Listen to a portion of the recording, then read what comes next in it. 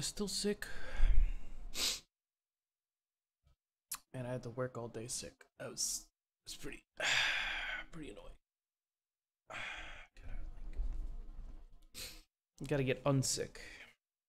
Or just not go to work. I don't know. One of those things I might do. Might wake up tomorrow, be like, I don't want to go to work anymore because I'm sick as fuck. I wouldn't be lying, but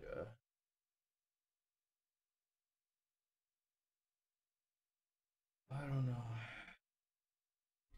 Shit. Oh, but there's so much I want to talk about. Oh my god.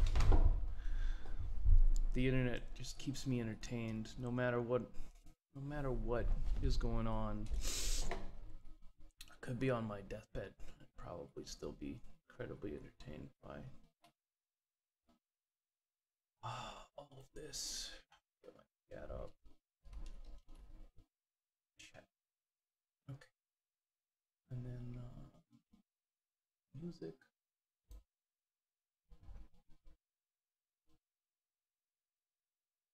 Music.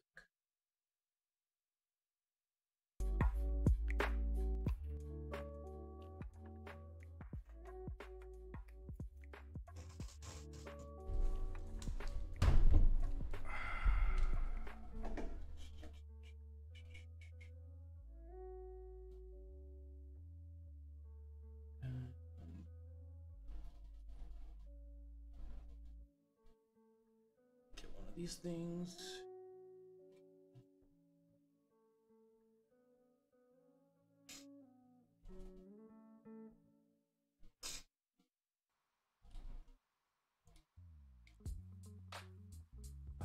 To try to figure out some of this tightness.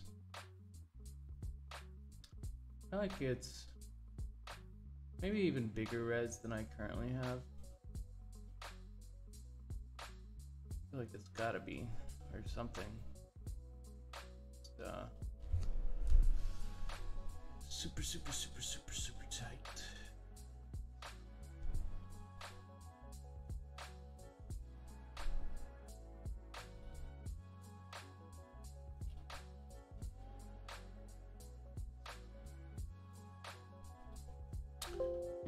There's a data report. A sociologist has figured out how to use the internet. A data report on alternative influencers. Of course, BuzzFeed picks it up. It's like, yeah, this is science. We're just gonna take this at its word. No need to fact check any of this. It's just like it's a scientist saying this. It's gotta be true. And the scientist names names. She identifies the web of political intrigue being spun by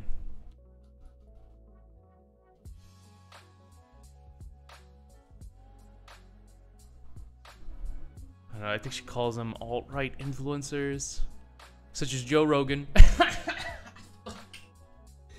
and V, whoever V is. I don't even know who that is.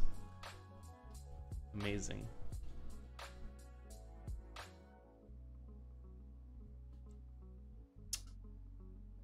I don't know. I feel like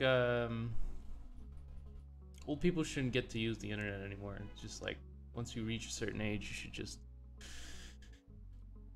not be taken seriously online. No, no, I'm joking. But yeah, like pass this off as like, oh, this is data science. We've got a web of people talking to each other. They got Jordan Peterson on there. I wonder if they have Sam Harris. I didn't look for Sam's name. I bet you it's on there somehow. Joe Rogan and Jordan Peterson, famous white supremacists. Of course. I don't know. Put out a pretty fire tweet, but I guess no one saw it or whatever. But it was one of the biggest, blackest squares. One of the puppet masters. One of the most important figures in her data research. Andy Worski from Worski Live. I don't know. I watch all this stuff all the time because I just get bored. And it's funny how seriously these people are taken by this person. This guy literally lights his nipple hair on fire for attention. But yeah, he's an important figure in the movement. Very important.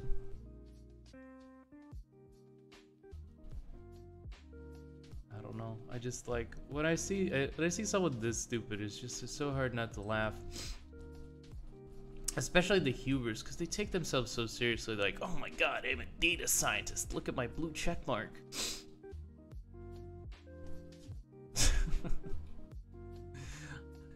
YouTube intellectuals have created I guess the opposite side of that coin, right? It would be like something like data scientist LARPers. So this is like a person that presents data in a disingenuous way to push ideology, and renders the data really so badly that it sounds like a straw man of the position is no longer a good argument for their side. It's actually a detriment. This is like kind of like a Lena Dunham version of a political activist. It's called a vegan gains vegan. You know, someone who hurts their movement so badly that yeah, maybe they shouldn't be part of it. You know, something like that.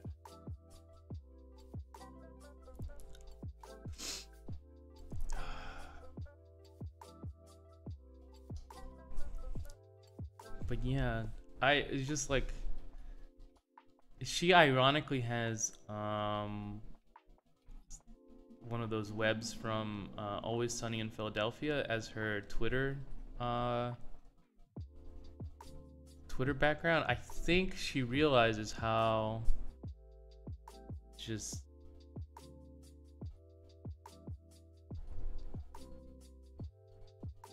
relevant her data is, because it's old data too. It's like these YouTube personalities have either broken off contact with each other, or it's just like really old stuff. Like they're not even relevant anymore. Irrelevant. So it's just funny to watch someone. I think Andy Worski, for instance, does like gaming streams now. He doesn't do talk show streams. Ever since he broke off with his butt buddy Jean-Francois Garepi, who is a alleged pedophile. Oh, I'm sorry. No. He's a tard wrangler. Sorry about that. A little bit of confusion there. He not a pedophile. She was 18. Just, you know, didn't have the IQ to consent. So that's, you know, not analogous in any way. Absolutely not analogous. You know, if you convince a woman with a learning disability that you're gonna do a cooking show together, and you bring her over to your state, and the court steps in to make sure that that doesn't happen, those are just allegations. And yeah, sorry about that. Whoops. I wonder how that lawsuit's going. Oh, speaking of lawsuits, they also have Destiny as an alt-right influencer. What?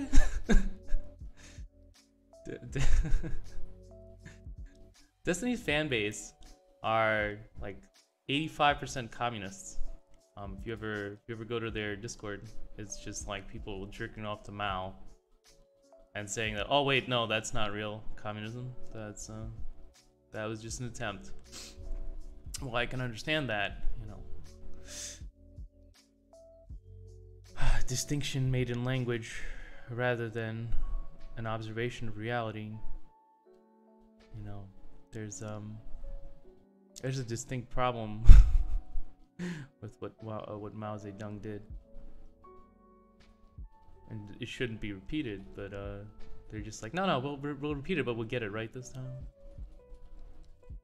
But yeah, Destiny apparently alt-right influencer on YouTube. I didn't even know Destiny had a YouTube channel. Apparently he does. Just funny.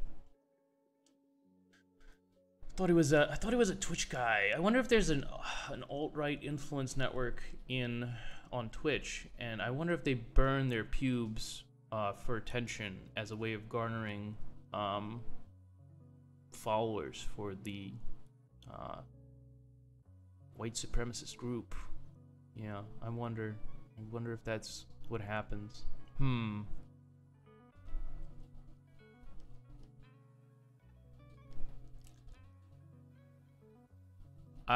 She also makes prescriptions. It's not just a descriptive data set. She's not just saying like, oh my god, these people do this stuff online.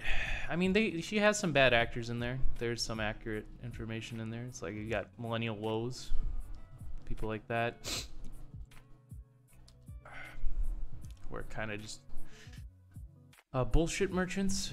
Stefan Molomim, also another bullshit merchant. I wonder why they didn't have like Alex Jones. I guess Alex Jones didn't make it into the cut.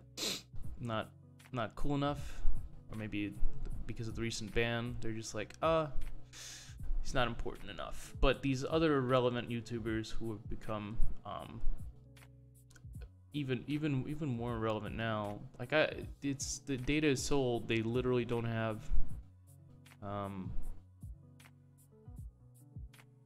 some of these other hubs that have arisen in the past like year and broken down essentially because these things generally don't last. Like the Kumite or the Ralph retort. No mention of that. Just Ethan. Poor Ethan doesn't even get a mention, which is kind of funny, kind of sad. Guess he's not that important.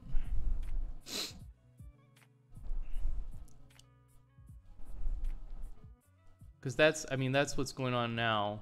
I get the data takes a while, and that you know, it's very difficult to draw strings between Joe Rogan and Jordan Peterson. I know that took a long time. Like they had to really connect those two individuals. Like, whoa, you know, deep digging. You know, it's not like they literally opened up the YouTube channel and said, oh look, there's a podcast with Jordan Peterson and Joe Rogan, and here's another one. Let's draw that line. It's not like that's all the work that they did. No, of course not. They did so much more. So much more work.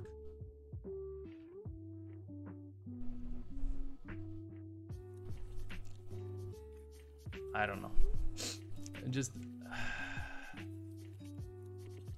I guess I'm just ranting to the void. But I found it hilarious. I don't know, something about that. Old boomers who can't set their VCR going on the internet and finding splinter cells of subversive alternative thought and ideology. I thought that was just like, I don't know, something about that is hilarious. But yeah, the prescription is the same as always. Let's ban these ban these people, deplatform them, get them out of here. Get them out of here. It's kind of funny.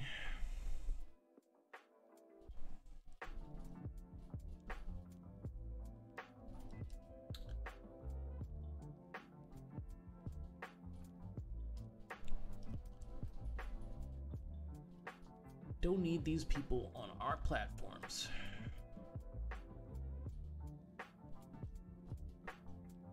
Because if they leave, then no one can say that Bert and Ernie aren't gay. Like, there's just no one around to say that. No one to even think of that thought. Like, they would just be gone.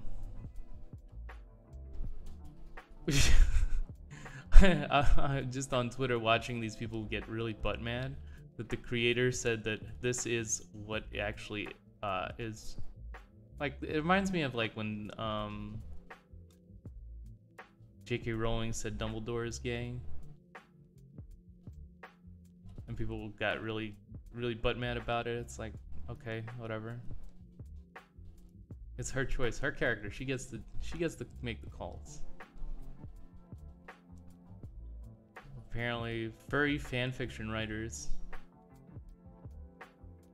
disagree about children's cartoons, and so it's pretty big serious thing on the internet right now. I think I read like 40 tweets, which is like the angriest vitriol. It's like, why have you done this? This is so awful. You hate the gays. It's just like, what? What? Doesn't make any sense.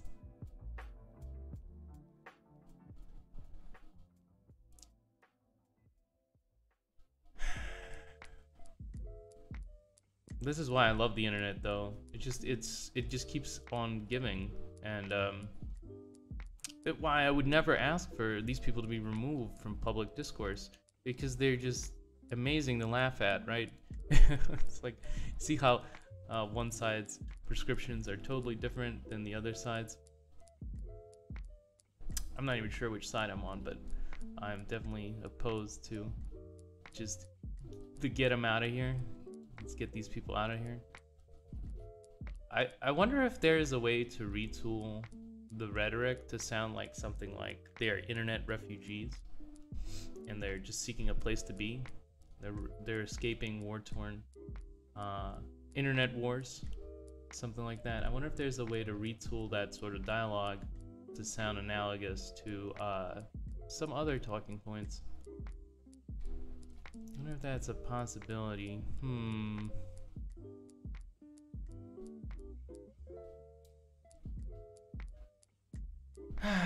But yeah, just arting, you know, arting and laughing.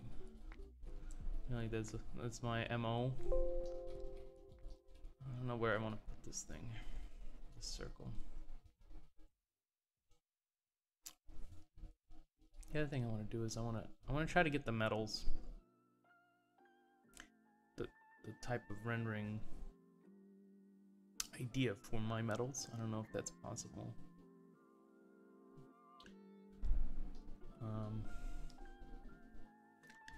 Seems like very deep reds on outskirts.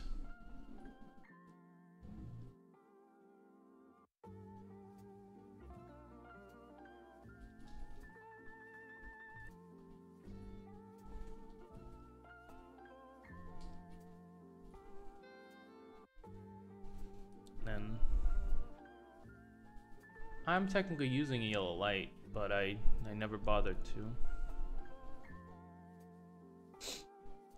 render it.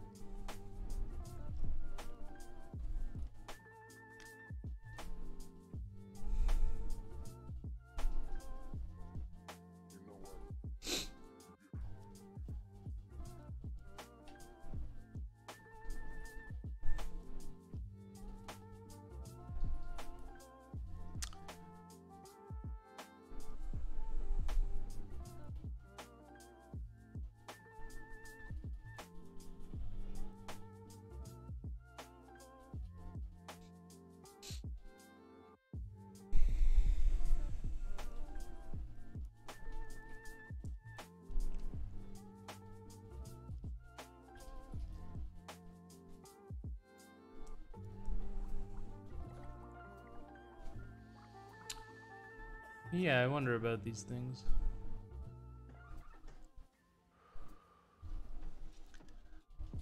It's so strange though that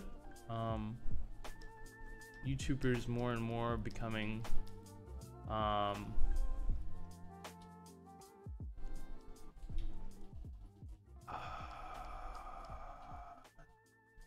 wouldn't call it serious, but they're being taken very seriously. And I think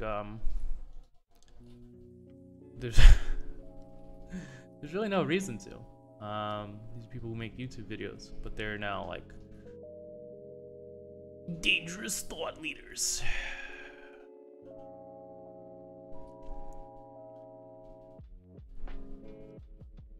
You gotta get woke. Gotta do a BBC interview.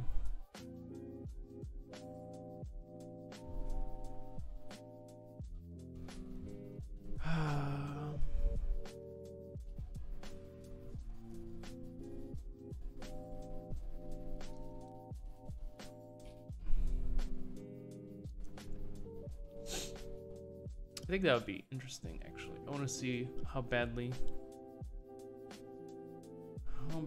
Sargon messes up the interview.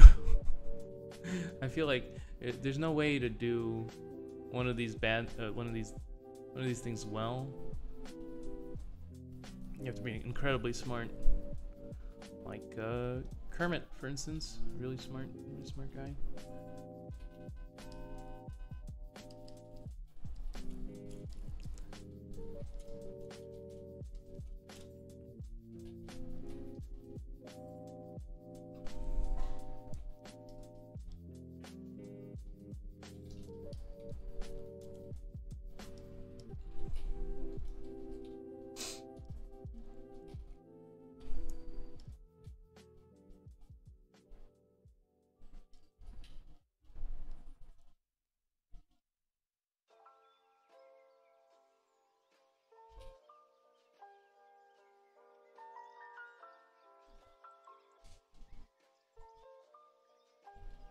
I think I want to make it an ellipse here.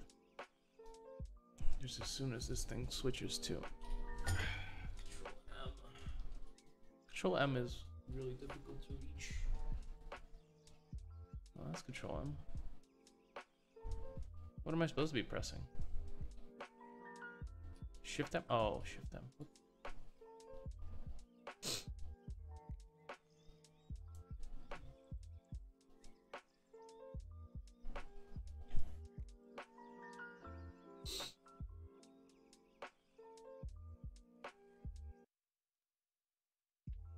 Yeah, really funny stuff, I think. I can't wait for more, because I know more is going to be coming, since The Guardian has published this, so that now means that this is like legitimate news. The Skeptic List. Let's call it the Skeptic List for now. Very skeptical. I like how they renamed it, retooled it. Alternative influencers. That has to be like a euphemism. In like no uncertain terms. What they actually mean are like radical reactionaries or some shit like that, or racists. It's probably racists. Could go with racists, because that's kind of the word of the mouth. Word of the month, everybody's racist. Chris Raygun, the guy that makes those really funny music videos, made it on there. the song just now, everybody's racist.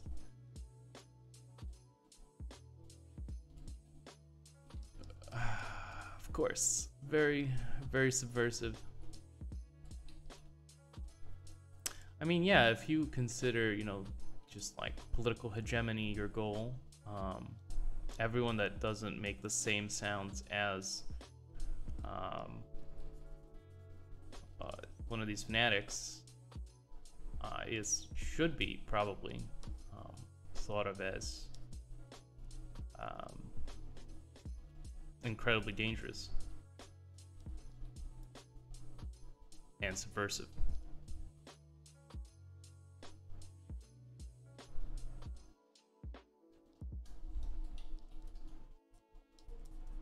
Honestly, I think the problem is, though, that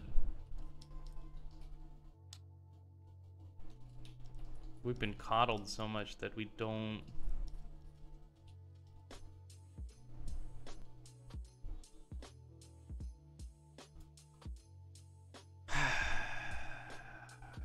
take kindly to people thinking differently, heterodoxically.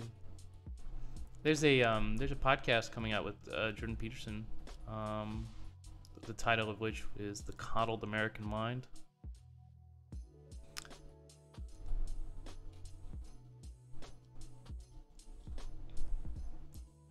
I think that would be an interesting watch. Be looking forward to it.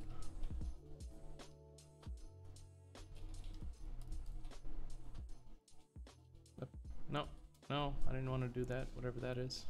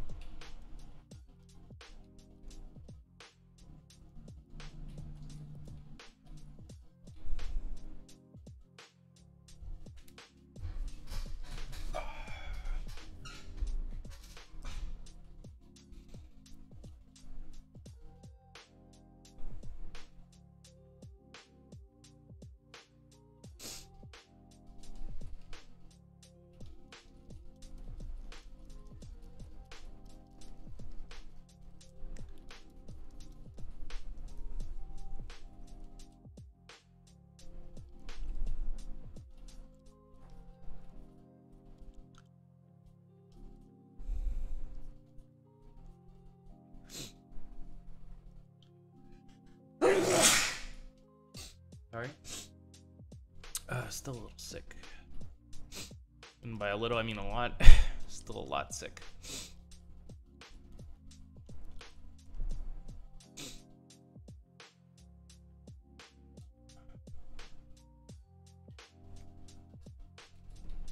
I kind of want to resist the conclusion that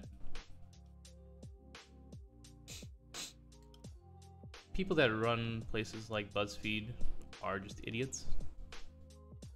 I feel like it's much worse.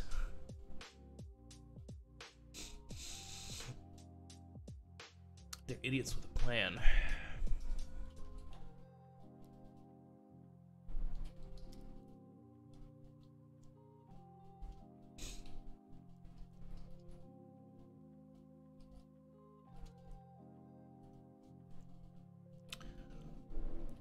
One part is to make every news outlet kind of equivalent to what BuzzFeed puts out and pretend like this is the way that journalism should be done. It's not that there's, objective journalism. Like, I don't really want that either. I don't think that'd be tenable. It's always going to be what's called. But there used to be an attempt to,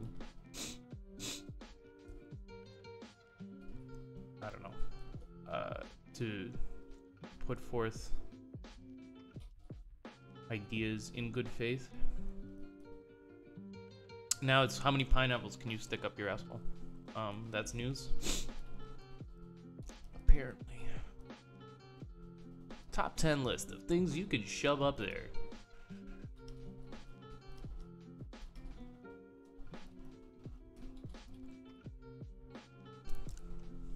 It's funny that I've read more BuzzFeed articles than I care to mention. Just accidentally, because the headlines make it over. There's no way to avoid it, because someone is gonna post about it. There's no way that you're gonna get 100% of people to just ignore you when you have a headline like, by the way, semen tasting can still give you STDs. Not everyone has that strong willpower to just say no thank you. I'm just gonna ignore this. Speaking of willpower, that's kind of just what I did there.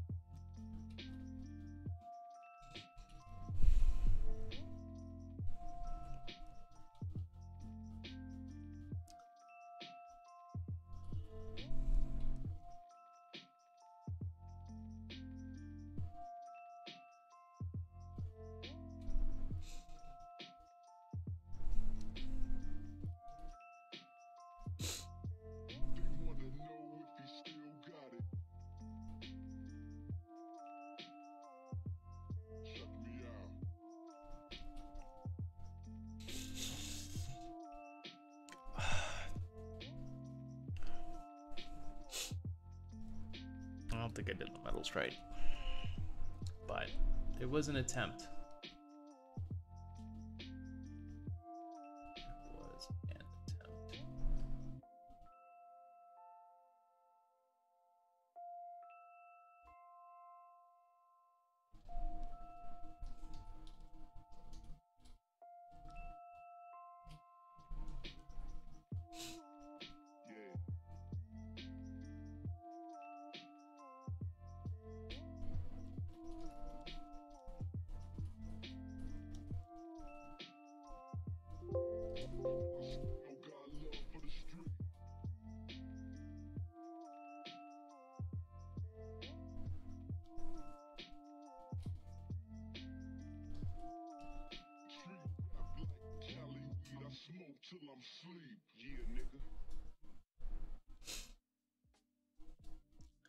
I was watching China social credit, what's it called? Social credit pilot, I guess. I don't know. It's a system where they give Chinese people like a social credit score, and if you do things that the Chinese government likes, then you get a higher score. And if you do things that the Chinese government doesn't like, you get banned from society.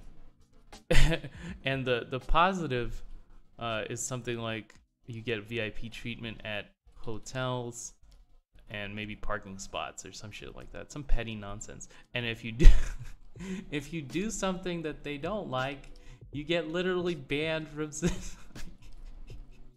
Like, there's a very strong incentive to get those parking spots, you know. And I think that system could actually work for something like the hood, because we have major problems that are just like petty in nature and just unsolvable.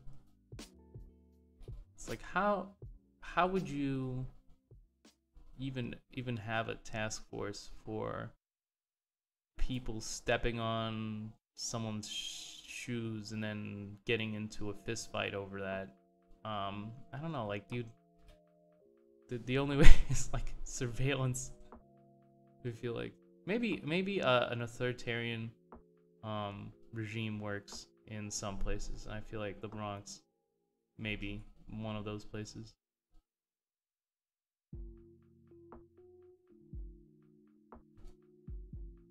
Maybe, just maybe.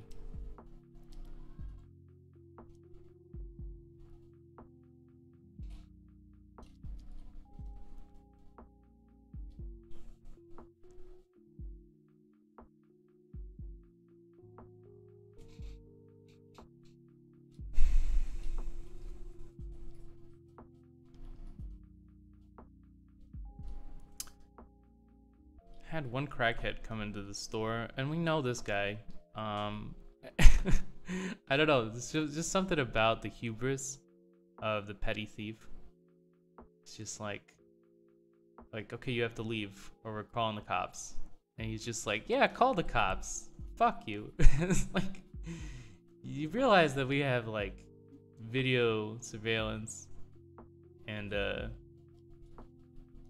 we've each caught you trying to steal like some baking soda or some shit, you know. So it's like, this whole thing is not gonna work. He's like, just call the cops. And so we did. And they came and they took his ass away. Oh boy, at least he didn't go down with like a they always go down with something like, oh, you're the fucking the incarnation of Satan. the instantiation of Satan as a patriarchal figure, Satan King. No, but yeah, it was like, it's usually something like that. It's just like, just makes you wonder. Don't use your there's another one. Don't use your fucking laser scanner on my water because that irradiates it. It's like, Some of the shit that they say is just like, what? Just like, no. I'm gonna have to like, I've been like saying that I'm gonna write a book about this. It's gonna call it. I don't want to say the name of it, but it would be like analogous to People of Walmart, except the name of store, People of name of store. And I don't really care, but I just like, I don't know.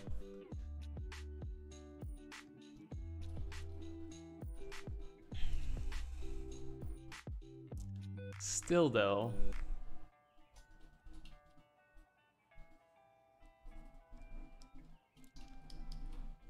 there is so much nonsense that goes on.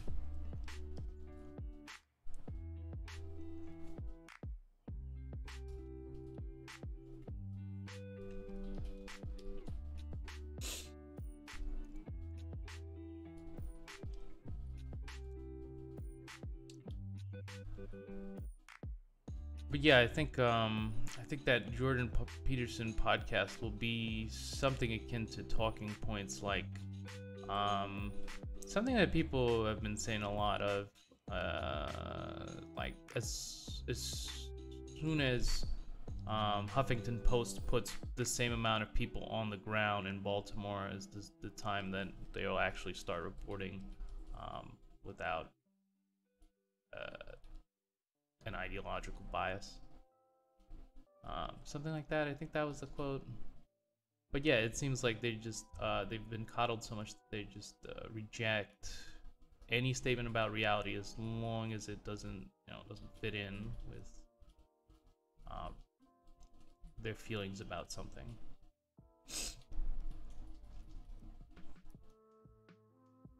And I think that's gonna be what they're gonna be talking about, because it is a big problem when you have reporters just like not willing. Then you get people like Donald Trump saying shit like fake news, and it's like, well, it's kind of difficult to disagree. I mean, like, yes, the way he's using it is wrong, but like in general,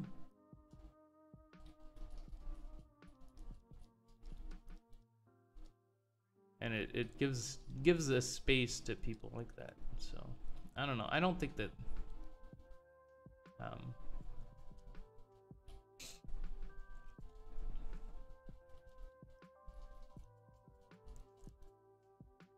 or Philip DeFranco says something like, we live in a post-truth world.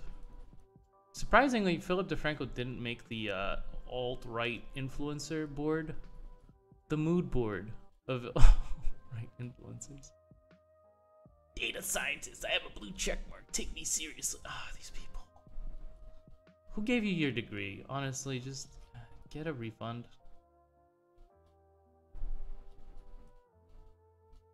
They don't give you refunds in Ukraine, so just before anyone takes a shit on me, it's like, yeah, I wish I could. They don't give refunds. That's not how that works.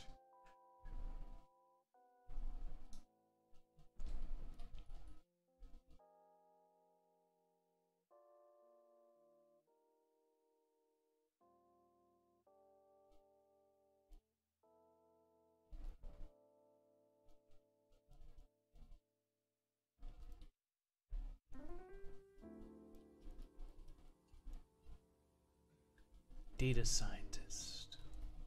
Yeah, I feel like there's been enough people ejected now from the system where no one is around to fact check anymore. It's just like everyone just nodding their heads. They're like, yeah, this is true. People like James Damore on the list, of course. Just ejected out of public discourse, or even private discourse, because that's what he did. So no one around to contradict. Everything is taken as pure dogmatic truth and accepted within these bubbles.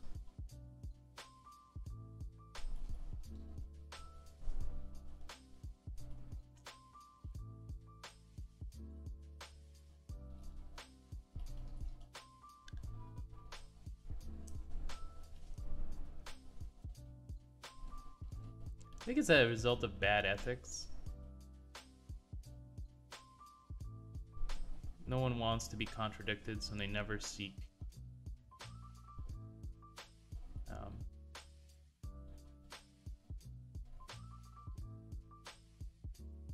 disagreement. You go for people that agree with you. I feel like I'm the opposite. But people don't like me after that. Like it's very hard to find people that will still be civil with you after you disagree with them.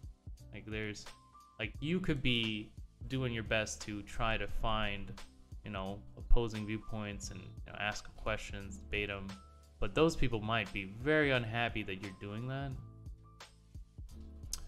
They call it harassment.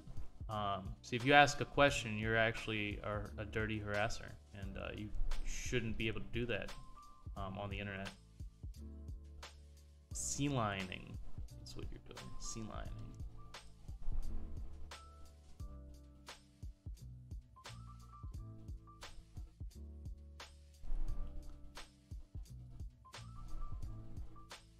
But yeah, even if you seek disagreement and you're a contrarian on the internet, don't even have to be like a first order thinker, just a contrarian. People will not like you. In real life too, if you disagree with people enough, they just don't want to be around you. You gotta pick your spots.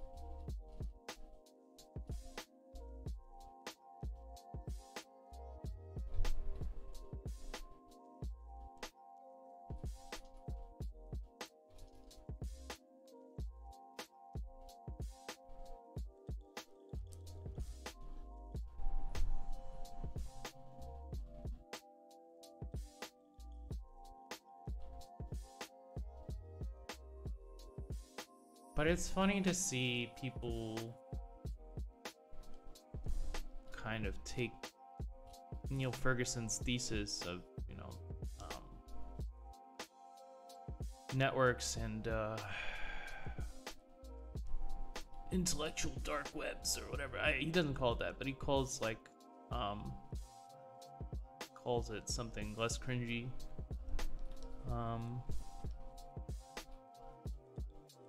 I think he just calls it a network, a very neutral.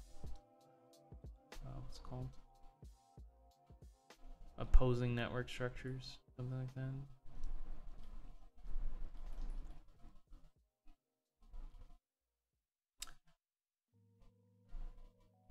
And now try to apply that to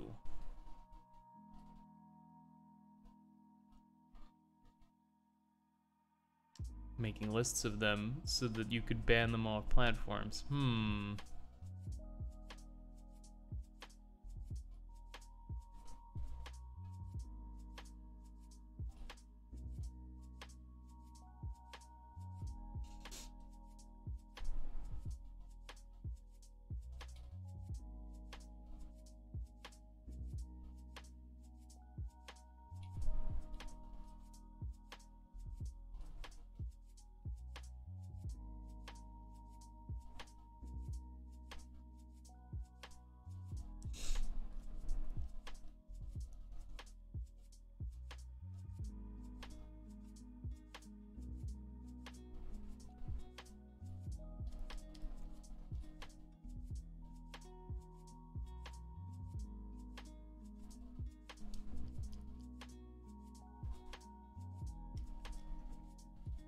I wonder what I want to do with that keyboard. Oh, fuck, I just saved it. No, I don't want to. No, I don't want to flip it. keep pressing control when I...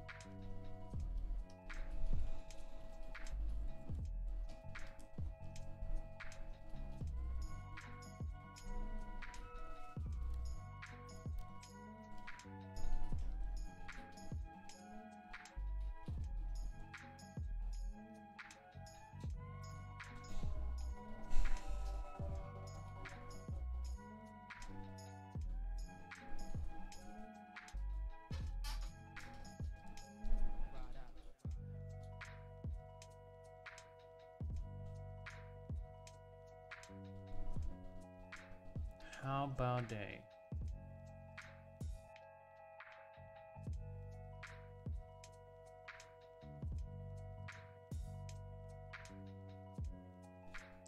Kind of bored of Elder Scrolls Online. It's just kind of too overwhelming.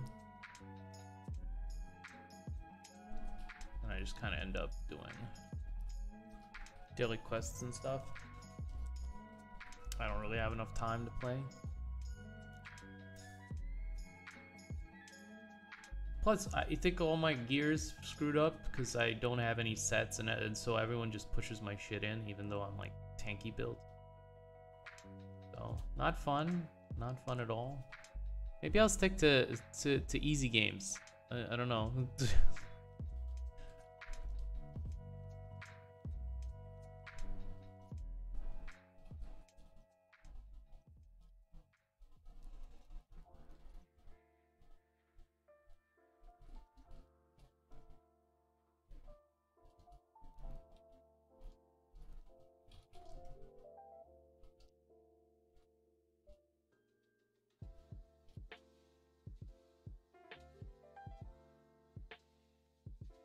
I wonder if talking about YouTubers counts as talking about politics. Even though the base premise ostensibly got it wrong, that they're politically motivated individuals. Well, some of them. The ones that I find funny, anyway. Most of them just want the money. Just want some of that YouTube revenue.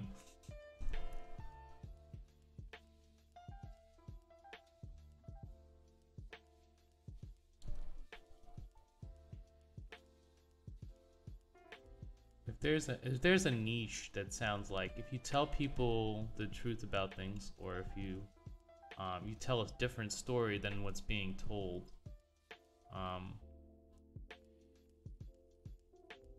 and you can make money on that, what exactly is the problem?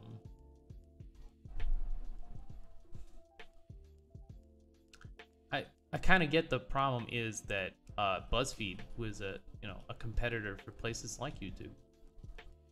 Might not think of it that way because what they do is pretty analogous with what like shitty YouTubers do, or whatever. I don't know if I could call them shitty YouTubers. They just take a real article with journalism, someone who actually went outside of their cubicle and shot some photos, did some work, did some research, and then they comment on it. That's like, oh my god, I'm so butt mad about this thing here happening. And that's like kind of analogous to what BuzzFeed does, but in writing. So, I mean, yeah, it might be bad that these people are telling a different,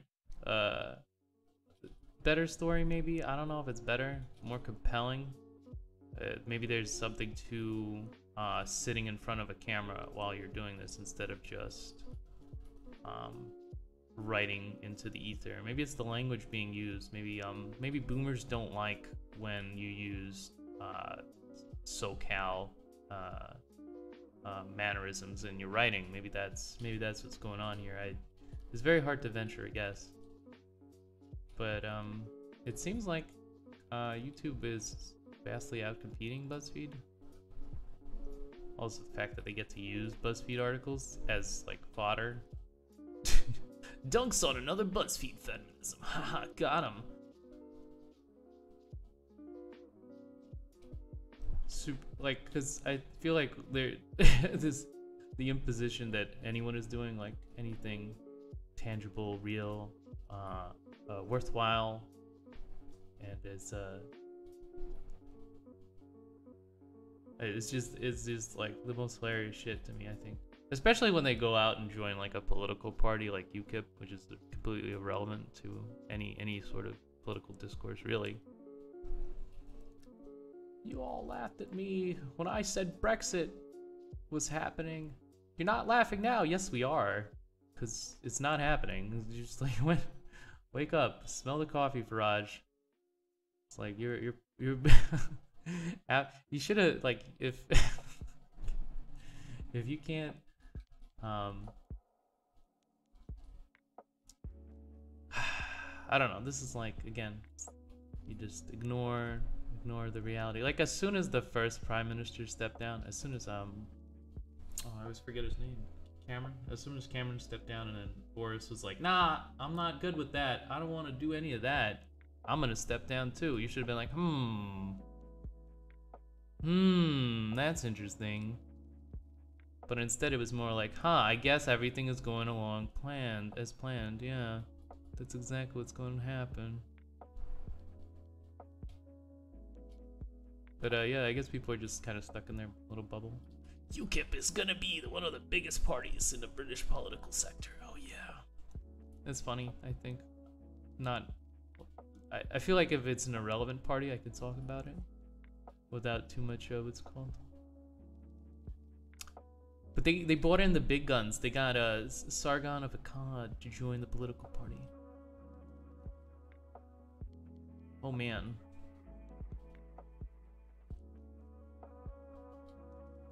All those commies are scared now.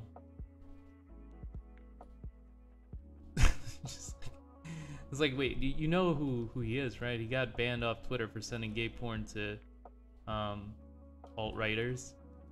That's like that's his shtick. Yeah, this seems like a really great and viable political voice right here.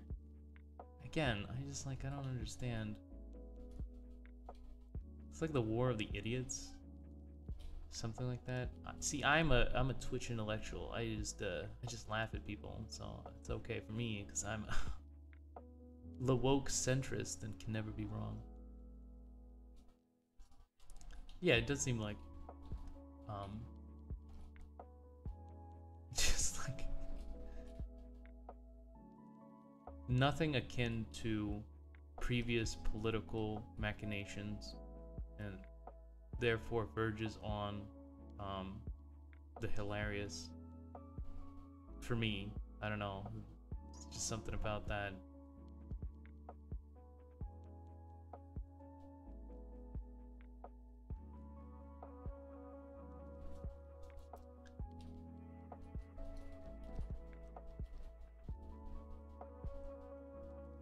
But yeah, I can't wait till someone puts out an article like how white supremacists have weaponized absurdism to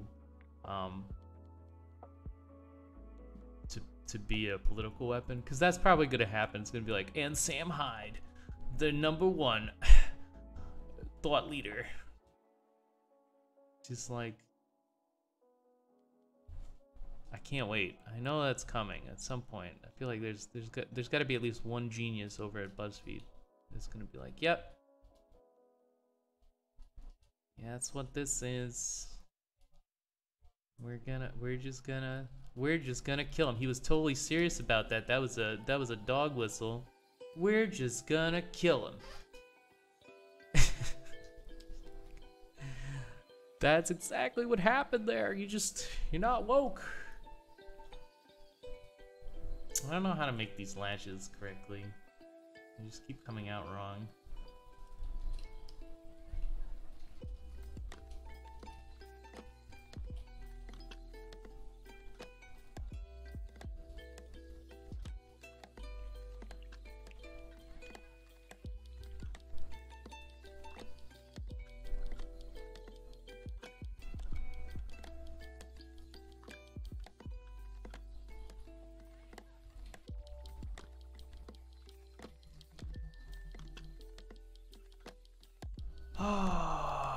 Maybe that's the point, to reduce everything to such an absurdity that no one really even cares anymore and just laughs.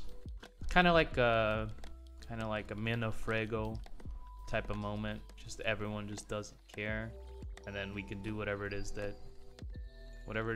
they want to do. I don't know. Really worked out for Italy. That sort of thing.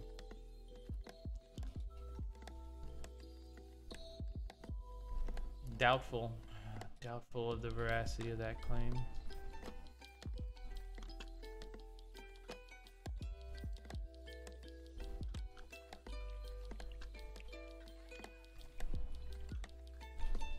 But yeah, as long as people don't actually give a shit about the underlying ideas and are more interested in pettiness, yeah, I think nothing's gonna change.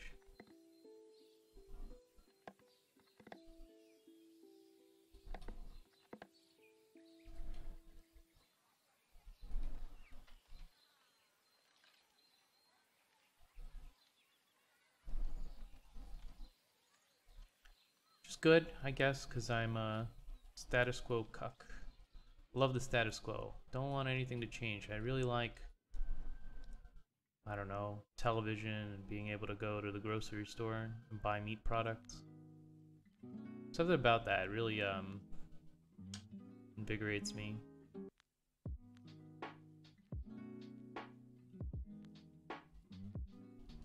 Speaking of animal products, I want to get one of those new iPhones.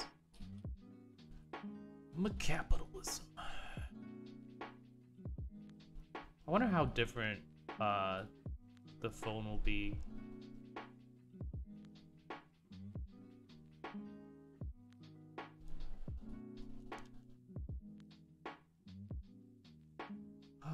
Because I haven't upgraded in like a long time.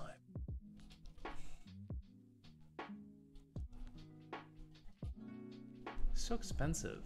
So expensive. And then I have to change my phone number.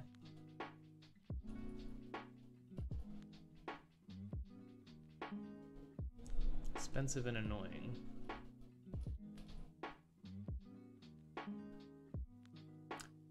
Oh yeah, but I did come up with a good joke.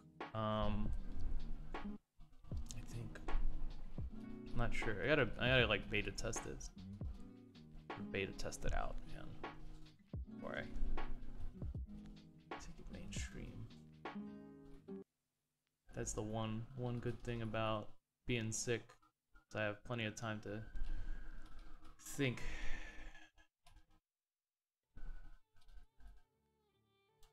How does the old adage go? Oh, hey Bazzer, what's up, dude? Darnis, you woke Stalinist. How's it going? Read the chat, you snowflake. What do you mean? There was no chat. There was no chat. There was just, hey man. Hey, what's up, Bazzer? Sorry I missed you.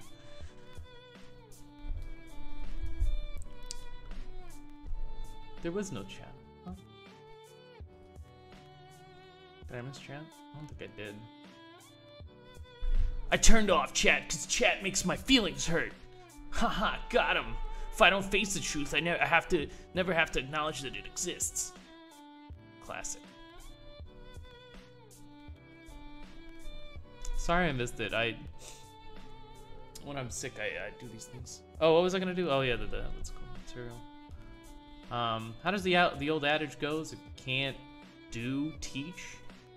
Teachers were very butt mad about this. I think you should actually change it for current year, since so much has changed. it should actually be, if you can't do criticize,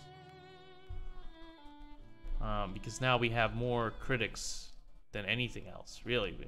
We're just tripping over the critics. There's like the market for criticism is 20-1 for in comparison to the actual market. So that's kind of the numbers that you see in a bubble, an economic bubble of some sort. Say for instance, the 2008 crash, the insurance market for covering some of these mortgages and loans was 20 times bigger, I shit you not, than the actual housing market. So it's like a problem there, right? You see it, right? There's a problem, and so I feel like there's gonna be it's gonna crash. The influencer market is gonna crash. There's too many of them. They're all like shitty. I'm one of them, I guess, in a very stupid way. I guess I'm bad at it, and I don't. I'm actually not like trying to do it. Because like some of these set out with the goal, yeah, I'm gonna influence so many people today. I'm just gonna get them to play Fortnite. Yeah, it's gonna be great. Something like that. I wonder if they wake up thinking that. I bet they do. Something tells me that they do.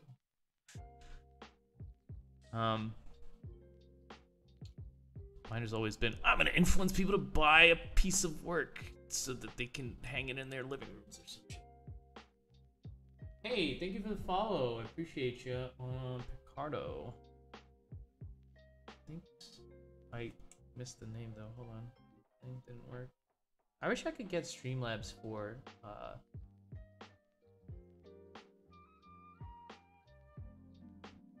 Streamlabs for what's called. And you could even argue that I'm doing like a shitty job of trying to get people to buy work, because it's like, huh, does that come with all the baggage?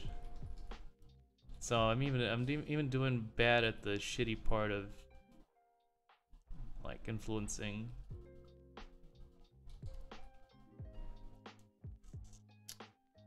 But yeah, thank you.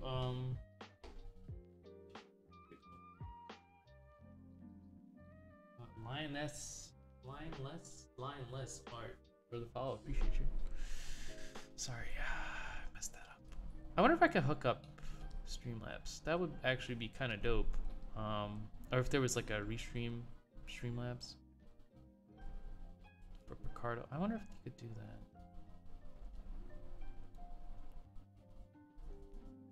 The best I could do is phone it.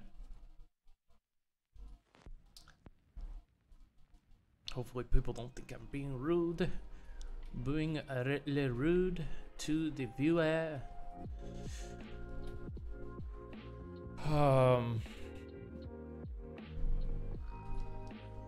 But yeah, I feel like there's gotta be an end to all this, the criticism market. I don't know what happens when the criticism market blows up.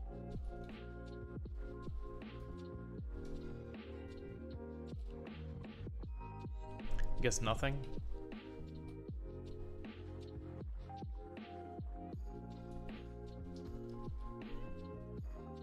Is that the correct answer? Absolutely nothing, because they were irrelevant in the first place, and so they any sort of crash would also be irrelevant.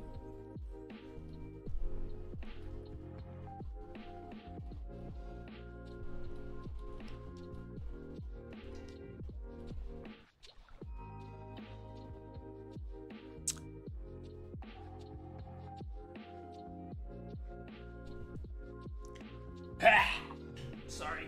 I'm still sick. My bad.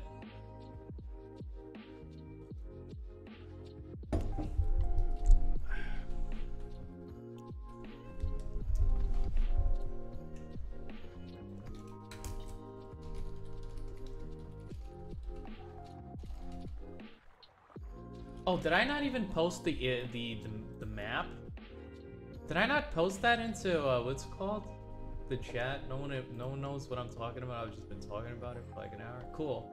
Yeah, it sounds exactly like something that I would do. Here it is. I'll just open up Twitter real quick. I thought I had this up, but I didn't, I guess. Look at this. I don't know if you saw this. Can I see the PDF? Hey, it's a spicy meme. But critics like BuzzFeed style. This is a Ryan Broderick, which is a deputy global news director at BuzzFeed, covering global YouTubers. So it doesn't really even read like an article. It reads more like someone's blog. So I feel like the intention is to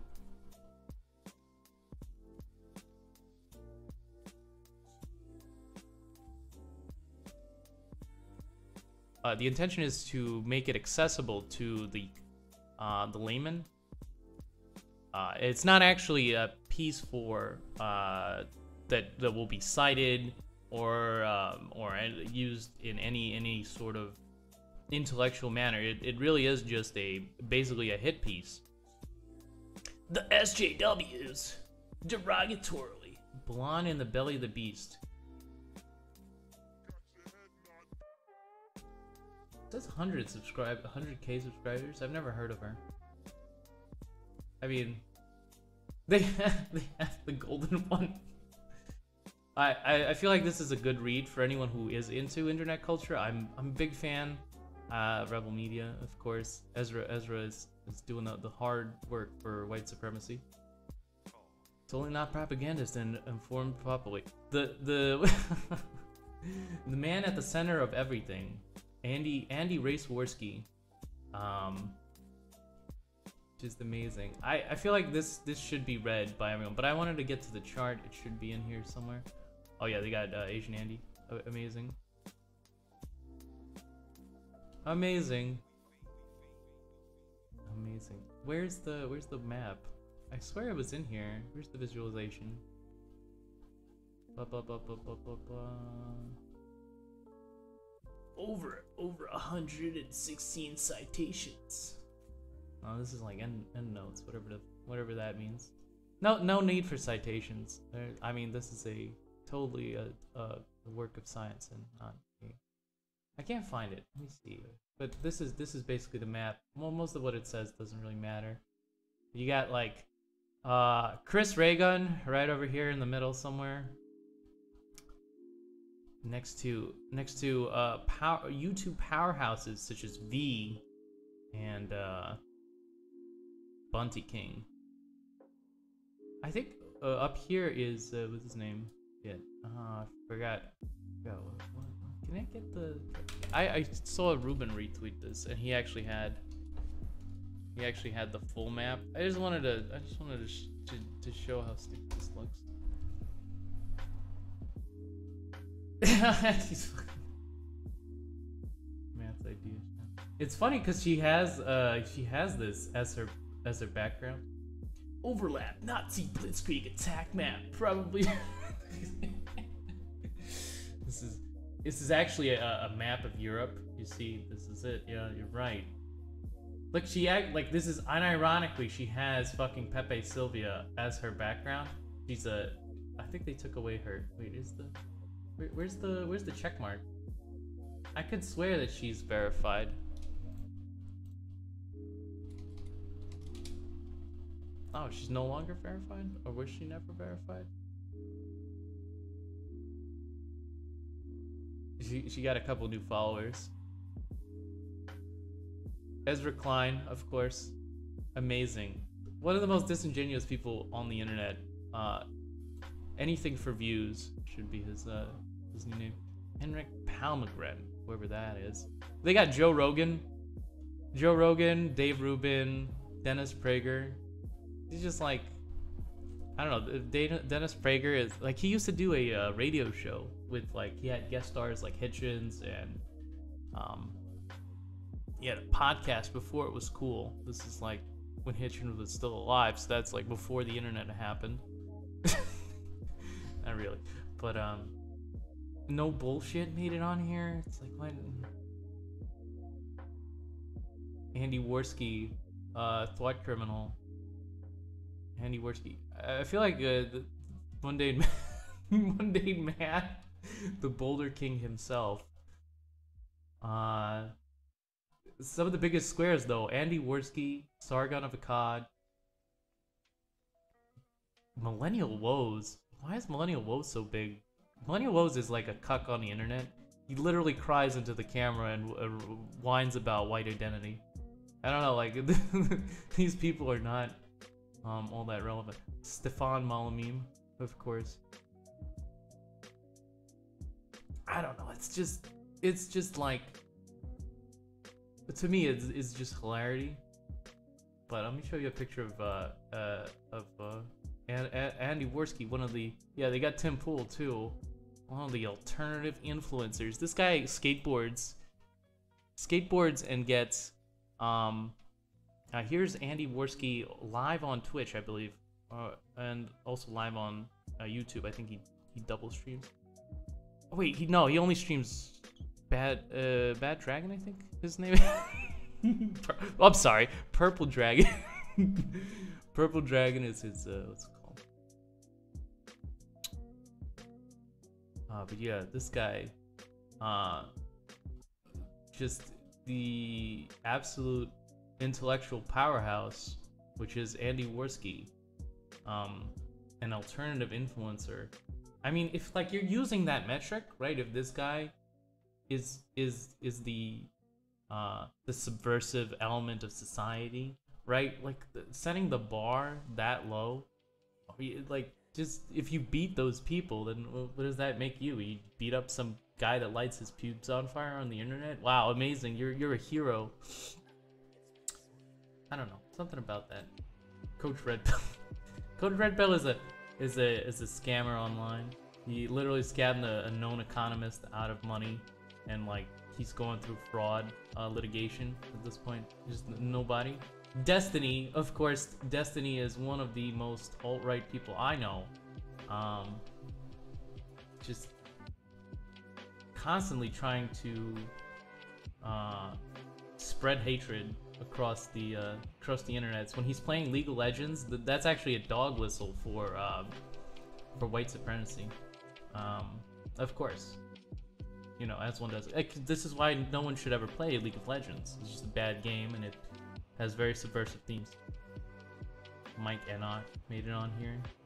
Some of these names, like, I don't understand why it's kind of backwards. It's like the most irrelevant people who basically washed up, like Andy Worski, for instance, no longer has a channel. Benjamin is a minor party member at UGIP. Stefan Malamim just gets laughed at on the internet nowadays. And Crowder walks around in white suits, yelling at college professors who hurt his feelings online. So I don't know. It's like if this is the enemy, you're gonna have to get a little bit more woke, I think, before I can understand this as, oh my god, the threat to society from the deepest corners of the internet. Just like, just sit down. Oh god, burning black people probably. Oh my god, I can't believe you said this. Just repeating it should get my channel banned. I don't know, like, is it enough to just laugh at these people? Because now she's getting retweets by the usual suspects, like Ezra Klein, who runs Vox as an editor at large. It's like, what? I get that. Yeah, Andy with the lighter, yeah. Andy with the lighter, and then, what's his name? Nick Fuentes, obviously a white supremacist, with the knife. Catholics, the worst white supremacists. Oh, did I bake the things in? No, please tell me I didn't bake the things in. I baked the things in, didn't I? Yes, I did. Fuck. Now I have to paint out all those blue things. You see them? How's that on the bottom of it? Wait, hold on. I baked it in, but is that a hole there then? Alright, well, I have to... Oh, that's unfortunate. I have to Oh, maybe I can make those work. Maybe I can do something with them. I was thinking of redoing them as something else, as something more interesting than just like blue squares. Some kind of digital interface.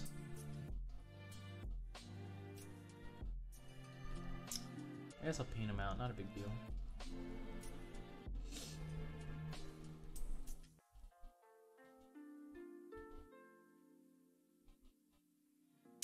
But yeah, it's pretty funny. I'm aware of most of the people on that list. And they're just like, a lot of them are just idiots. Some of them do have like really just bad ideas, and they use their credentials to pass those ideas off as scientific, like Jean-Francois Garpé, for instance. Probably deserves to be on a list of some sort. I mean, other than the list of people that are likely to sexually assault autistic and low IQ women, I mean, other than that list, there should be a separate list for him where it's failed academics who make grandiose normative claims, which they can't really back up. And then they also get the science wrong somehow after just like getting it right. So Jean-Francois Garpé has this moment where he tries to red pill Andy Worski on what is regression towards the mean, which is a phenomenon in probability. Like, this is just an undeniable fact of probability. And after he red pills him on it, he's like, well, yeah, this only occurs for black people, though. You don't have to worry if you're white. It's just like, what? You fucking retarded. I don't know. Something about it. Yeah. It's just really, really dumb. Really dumb. So he says that they have specific genes that somehow, I don't know, somehow change the way probability works. I don't know. It's really, really intelligent. You have to have a degree in what's it called? Fuck. He has this theory where he thinks that AI is gonna take over the reproduction and genetic the way that we pass down our genes. And that's like not what's it called? It's not insane, but then he goes on to say that, and it will make us really dumb slaves that will serve the AI, which is just like, what? That seems interesting. Why would you go that route? That's an interesting prediction, but like, what? Black people curving quantum states towards their disadvantage. It must be the melanin, the cosmic rays they're absorbing, and they're causing mutations. That's what Jean-Francois Garpé meant. I don't know. These people, they're supposed to be ignored, right? They're basically a joke on the internet now. Everyone laughs at these people, and these guys are just like, these are the enemy of the state. They must be driven out of their positions of power. And it's like, yeah, they can't. I mean, this is the internet. You're kind of a year late. That's almost like 100 years internet time. Internet time flows at a faster rate, and there's no way for them to keep up at all, because Melanie. It's the Melanie. I don't know. I just find it incredibly funny. I bet any criticism of this article is gonna be, marked down as or sexist or something like that, or some nonsense like that. It's just literally a boomer who doesn't understand the internet. I don't know. Why do you make yourself look stupid? Stick to your guns. You want to make disingenuous studies about, I'm not gonna say it. Haha, almost got me. There's plenty of data science that's just like, oh my god, how did this get published? No one is. I guess she got tired of being peer reviewed. Not that their peer reviewed is very stellar over there, the social sciences.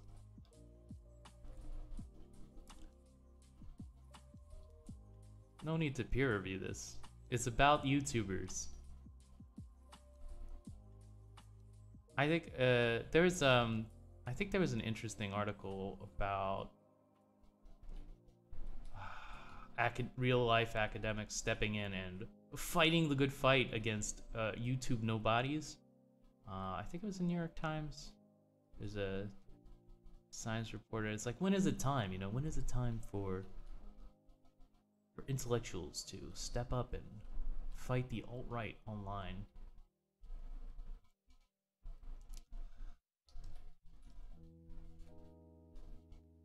Which is kind of, it references the whole Kraut and Tea debacle where he got academics to respond.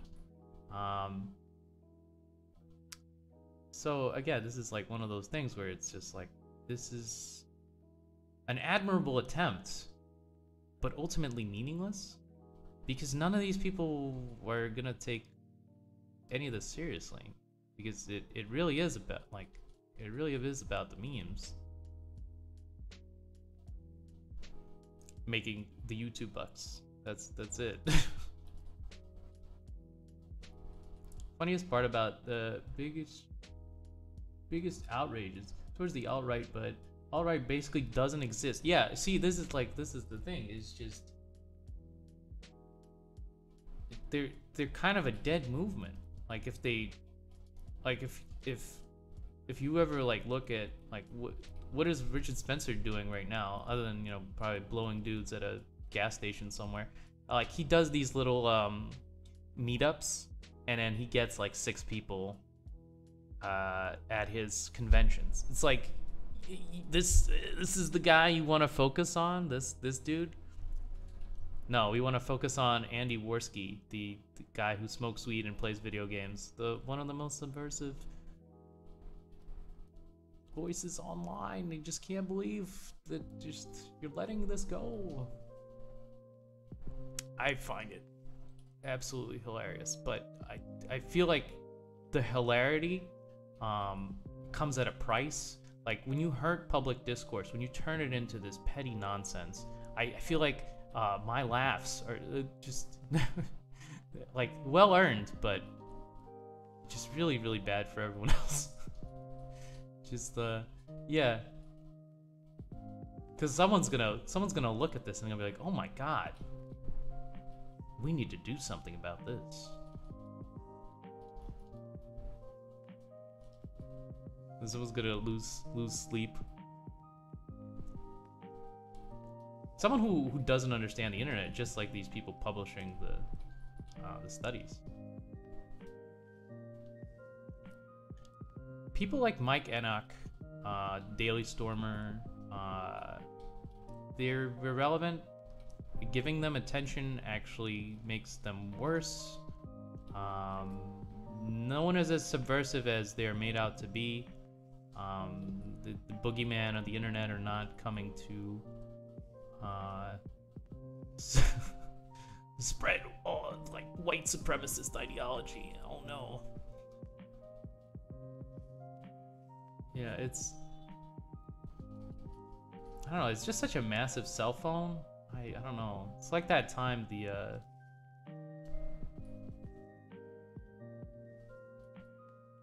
the guy who shot bin Laden argued with some dude on the internet about who killed bin Laden, and he was like, yeah, Obama did it, and he's like, nope, it was me. It was literally the guy. He shot him. He's like, no, it was Obama. Like, you know, this is the problem with language. You know, 2 statements can be true in different ways, and only one is congruent with reality. And so it produces these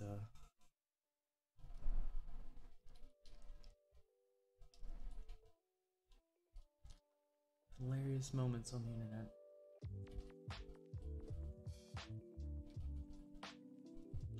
What does alt-right mean anymore? I feel like it means just basically anyone who's vaguely conservative. If you browse YouTube, you're actually vaguely conservative, I feel like, at this point.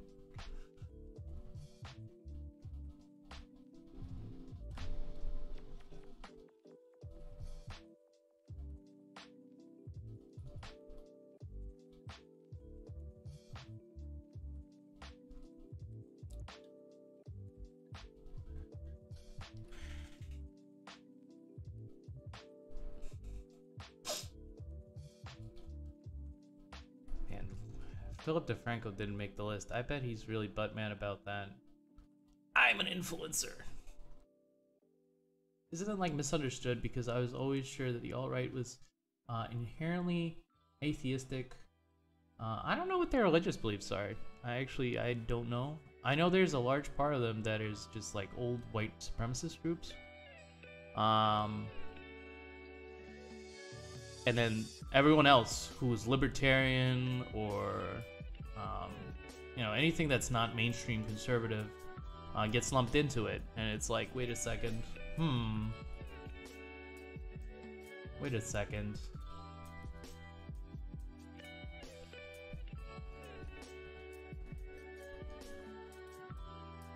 So yeah, I mean, I think what they want to do is they want to get rid of anyone that's to the left of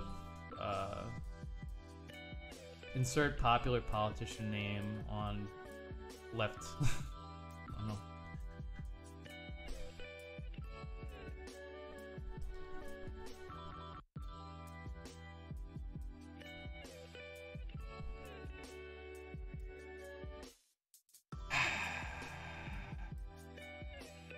People who strongly oppose alt-right put it in the same bracket with Christians. What? The Christians, like Sargon of Akkad is not alt-right, for instance. He's in that list of influencers. Like, the alt-right hates Sargon of Akkad so much that they have this kind of I call it a mitigating measure. They've basically said something like, it's thanks to Sargon of Akkad that we have so many members because he introduces people to alt-right thinking.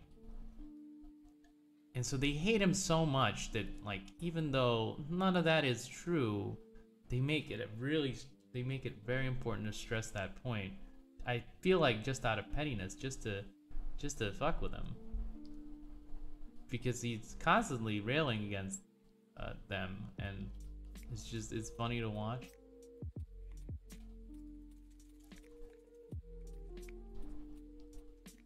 But yeah, I mean, they absolutely not friends, not the best of friends.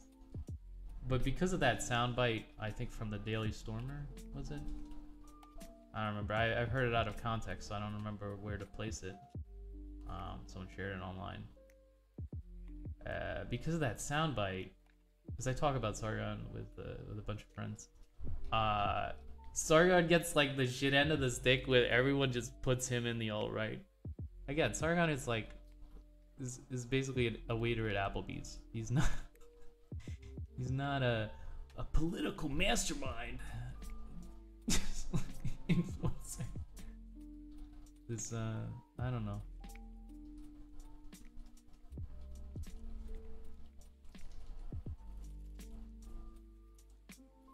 This has to stop, you know, at some point. Someone's gonna be like, this is so dumb. Can we stop doing this, please? So far, no one has, but I have my, you know, fingers crossed. I think at some point, someone's just gonna be like, it's enough. Yeah, it's like putting atheists in the same bracket as Christians. It's like, well, Christians are just as the same as the atheists who violently oppose them through rhetoric violence rather than what's called. I don't know if it's a good idea to redefine rhetoric as violent behavior. I'm not sure about that. I think people are gonna laugh at this. The right people, like Ezra Klein, are gonna retweet it, and in a week we'll have forgotten about this. As all things on the internet, we only have about the attention span of maybe a week. I feel like that's giving it more credit than is due. It'll probably fizzle out tomorrow, to be honest. Like, it's not that important. I'm more interested in Sargon of Akkad doing an interview on BBC and self-owning.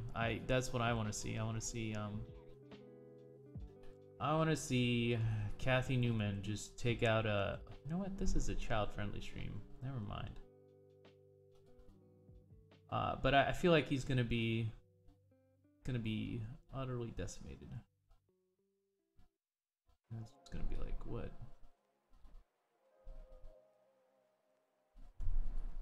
What happened? Why did they make me look this bad? Why would anyone do this? I can't really do a Sargon imitation. Richard, they defamed me on the BBC. Richard. It's not Kathy Newman. But it's gonna be like some other documentary team from the BBC. She only does she only does relevant names. Let's put it this way: she only does interviews with people who actually matter. That's why Sargon is gonna Sargon's gonna get interviewed by someone else. So what you're saying is. So what you're actually saying is that you're all right. I'm gonna like it's gonna be a deceptive cut. Yes, that is exactly what I'm saying. But for these people, it doesn't matter. Like for Sargon, it doesn't matter. For him, it's just about the content, right? So as soon as he gets defamed, if he does get defamed, see, this is like the 4D chess. He gets to come up with like 6 videos. Oh, the BBC defamed me. Those wankers, they caught me good. And then he gets a bunch of like viewers for that and a bunch of subs. And then he's like, I'm going to sue the BBC. Richard, please help. Richard. Sargon needs more dopamine. Oh god, that clip is still in my head. That's how it works. That's the true way of incepting a rhetoric. It just stays in your head, even though it's like facetious and just utterly wrong. It's so funny that you have to kind of remember it. Okay, dude, I have to go, unfortunately, so see ya, Bazary. Thanks for stopping by. Appreciate you. You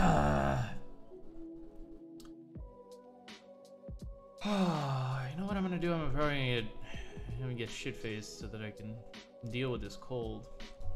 Just really...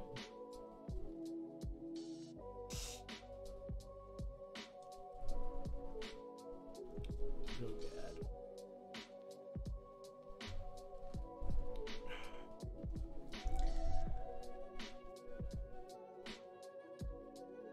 You know what I have playing in my head right now? I'm thinking about this.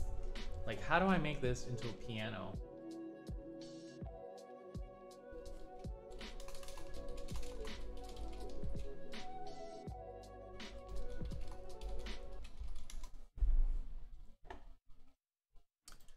You know what the kids love? They love Billy Joel.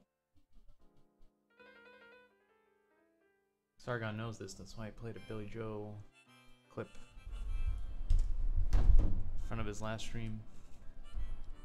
Not a boomer moment. No, sir. Kids love Billy Joel.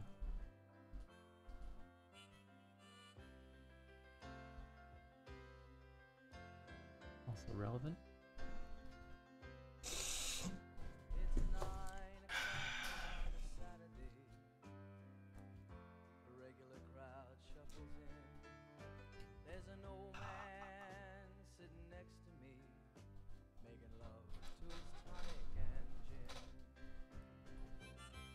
I think there could be a learning moment. What do they like to call it? An educational moment in all of this. There has to be a price for being wrong, and right now there isn't. You could just say whatever you want on the internet. No one gives a shit. Especially if you have a large platform, then no one gives a shit even more that you're wrong.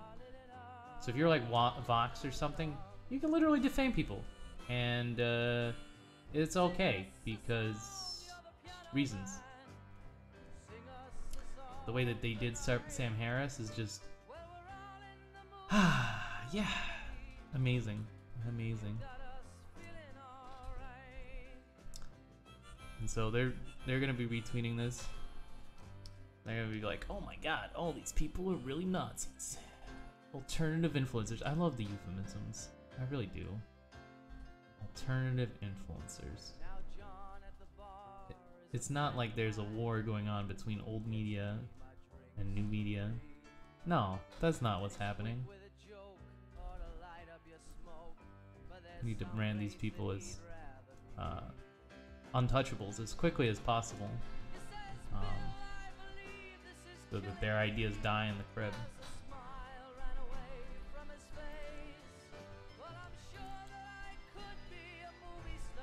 Is what like a regular person would probably think is what's happening here, but no, it's much more cynical. I think they actually want responses which they can build off of and write more articles and etc till I get more clicks, and it gets more clickbaity and even more absurd.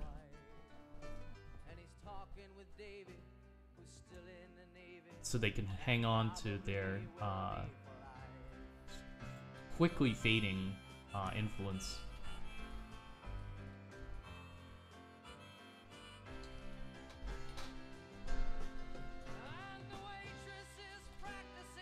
Marketing, politics.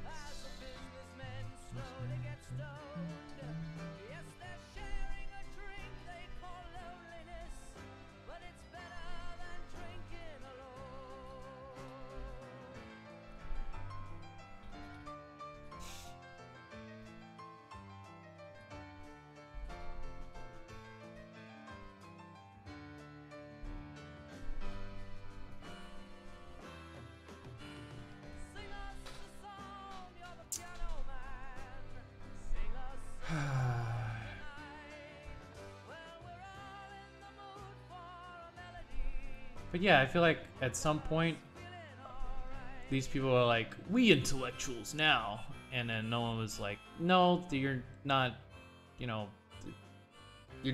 really not, you're just schmucks on the internet going for clicks. And so now we have Vox. They're actually huge. I didn't know this. Like as a subsidiary, like I looked up their numbers and I was just blown away.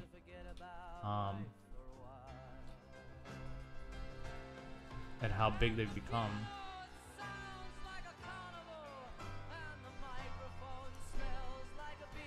I guess the strategy works,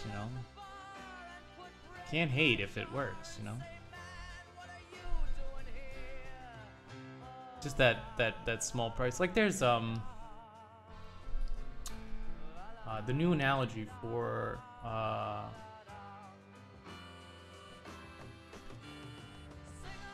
climate science is that there's a opportunity cost that everyone is kind of paying. That is the exploitation of our water, air, and resources that we can't quantify, and so everyone's just kind of passing the buck, and that is a huge subsidy. This is Peter Thiel's argument. I think it's a good one.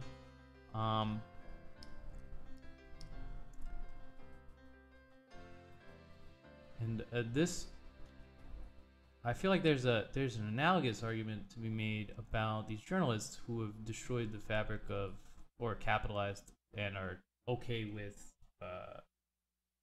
affirming and further degrading the fabric of our social landscape and civility online. And we're paying that. We're gonna be paying that opportunity cost. That subsidy. We're subsidizing the journalists with this unquantifiable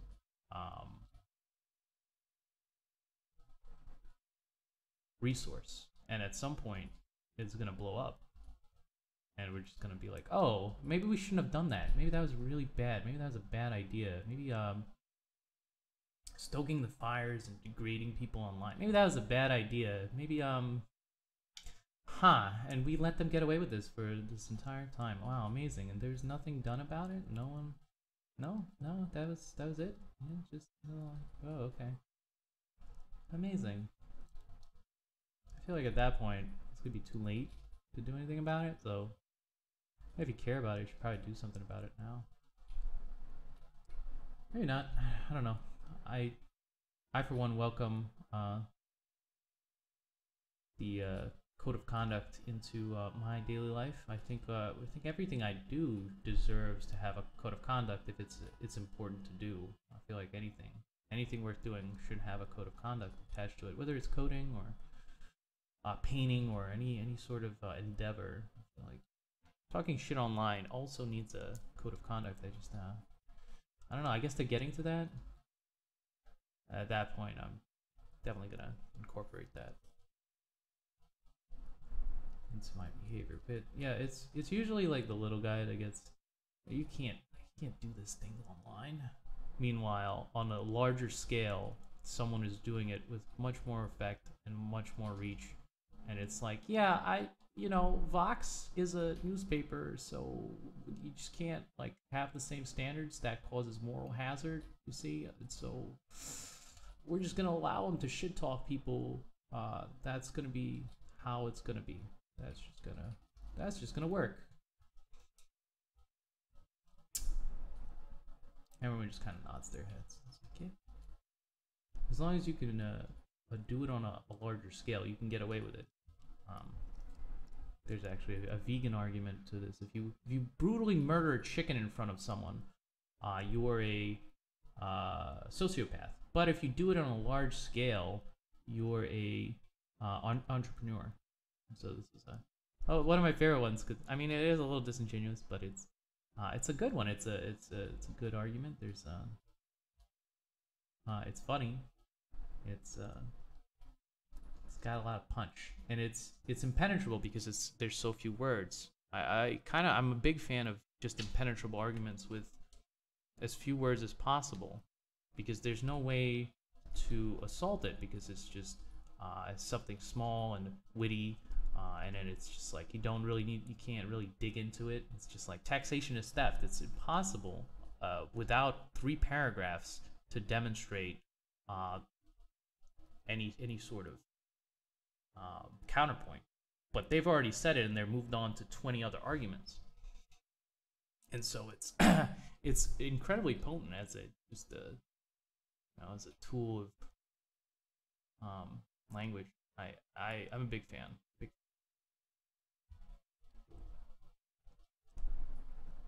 One of the, I guess, the masters of this type of rhetoric are comedians, but also pop philosopher Ben Shapiro does this all the time. He's able to concoct these things where it's just is the shortest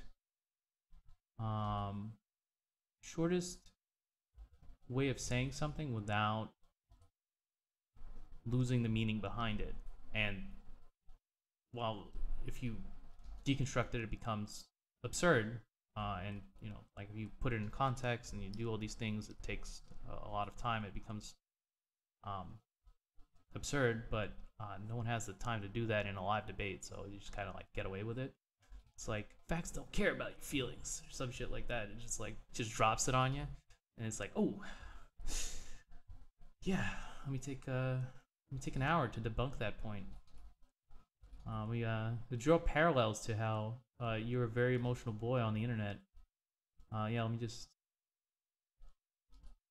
Yeah, so this is why debate has become kind of boring. It's whoever has the most one-liners wins. Or there's another strategy which I also like. I enjoy. I call it the Kermit. It's when you don't answer any questions at all and you just kind of just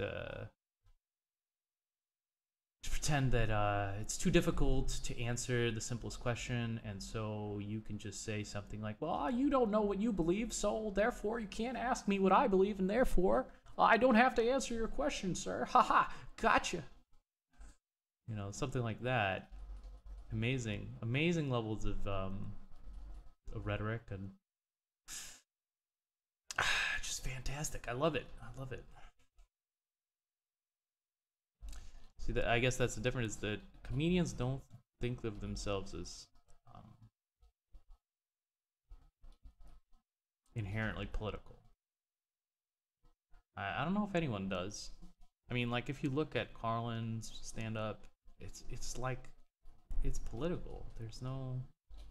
If you look at Chappelle's stand-up, it's political. There's no two ways about this. If you look at Pryor's stand-up, it's political, and then you get to Jon Stewart, and he's like, what, like, I don't know. That's a lot. There's a lot of space between Pryor and Carlin and Chappelle and Stewart, but like, you get to him, and he's like, well, what I do is not political at all.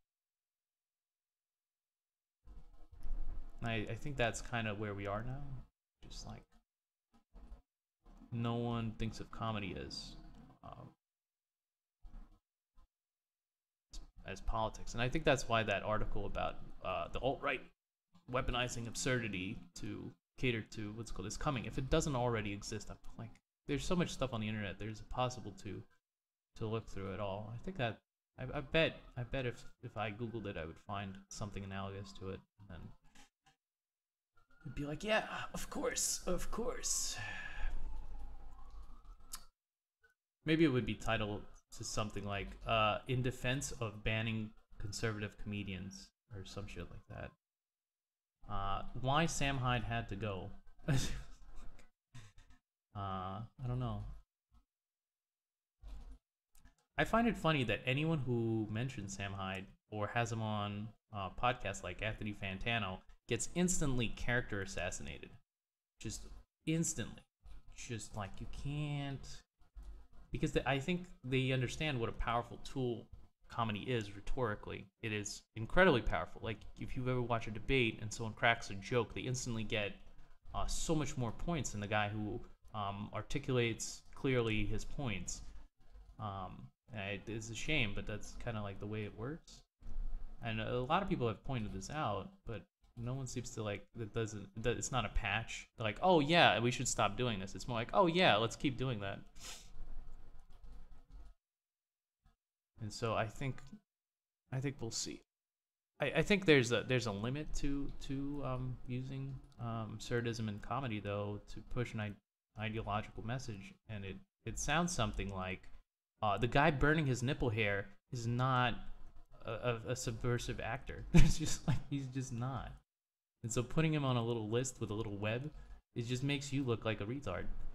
That's all there is to it.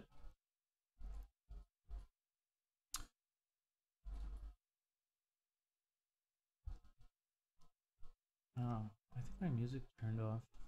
Whoops. Where'd it go? I don't know, I'm just yelling into the void. Sorry if I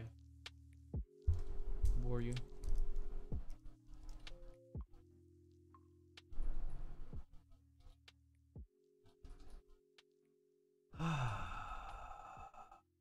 Man, Anthony Fantano really got hit hard by that a Fader article, and then instantly his meme channel gets demonetized.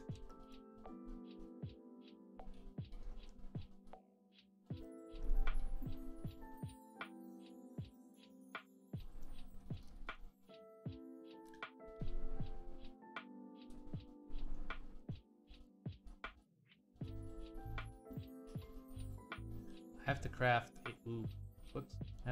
a interesting cod piece for her.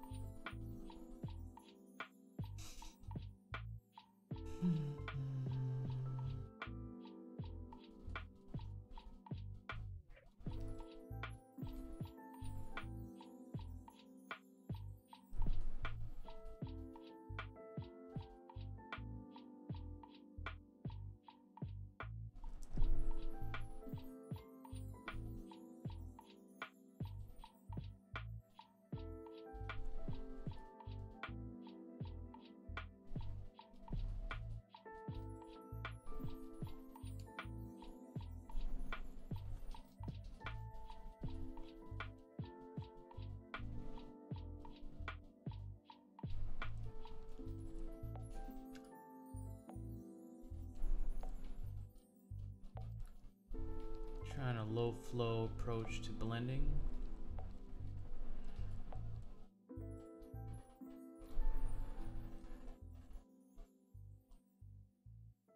Works for the most part. I would recommend this.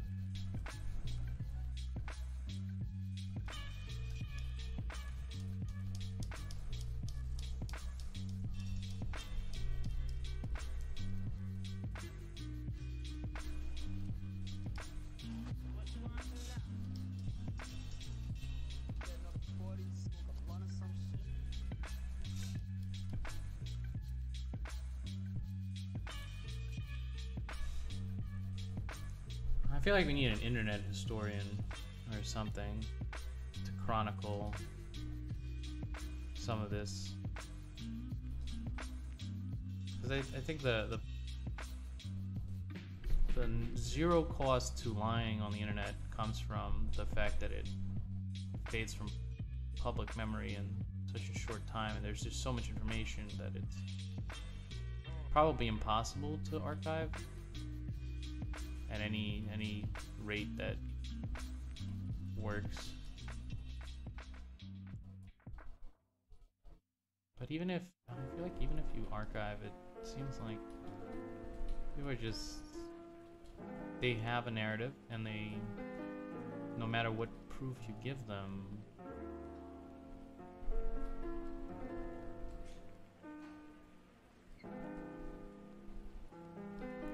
it's always a Menofrego response. Just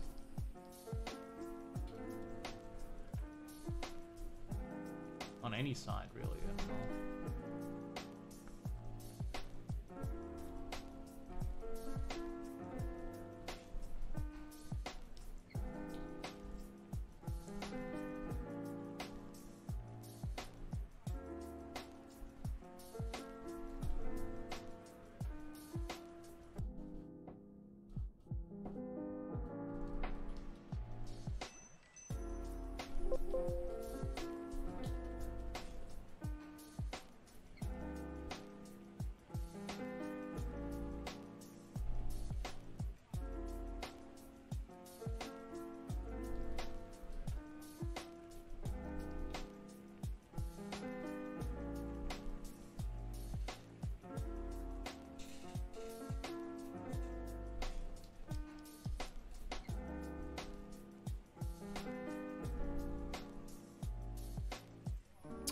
What brush did I use for this?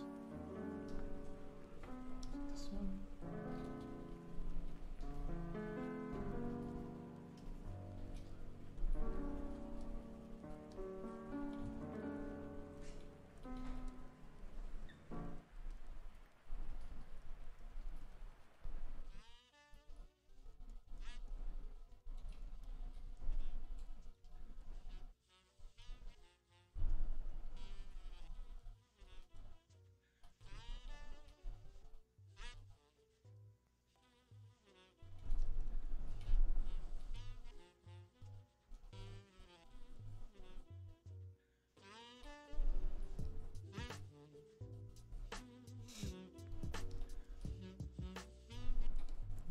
matter as long as I get.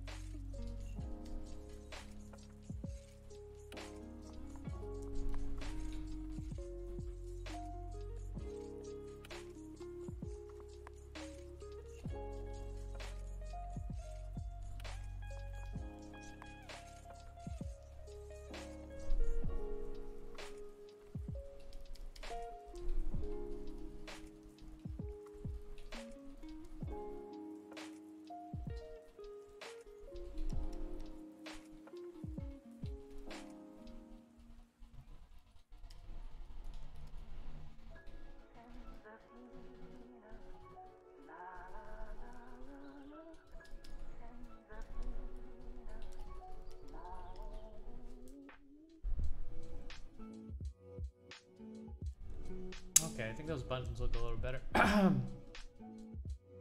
Haha.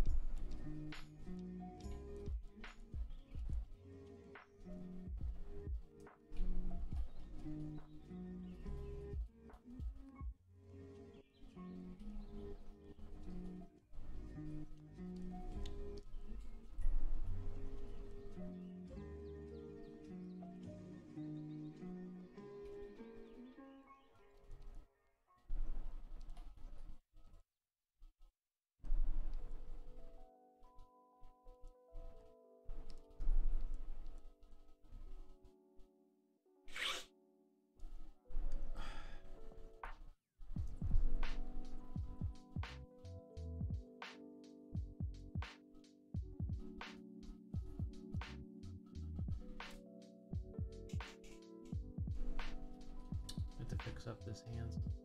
Our hands.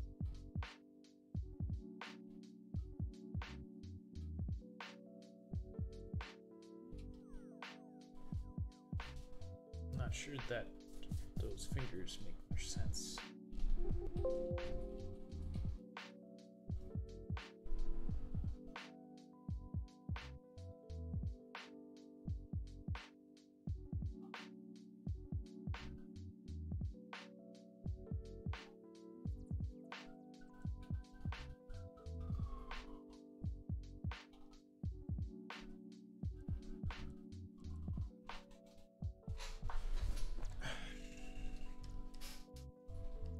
Wish I could get fingers like that.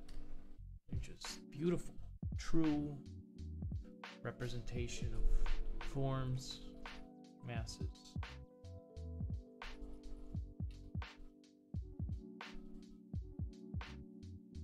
While also being beautifully rendered.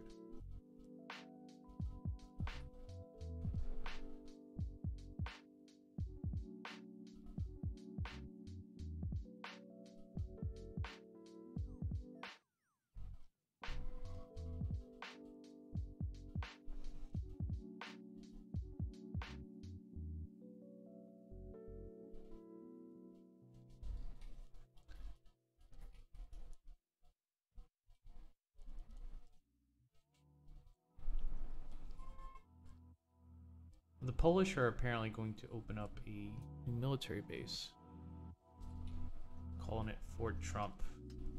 I think it's interesting that they're so woke on geopolitics. Still woke. I guess, you know, something about disappearing off the map. Something about that gets you pretty woke about geopolitics. What is that? What is that? We'll call it survivor's intuition.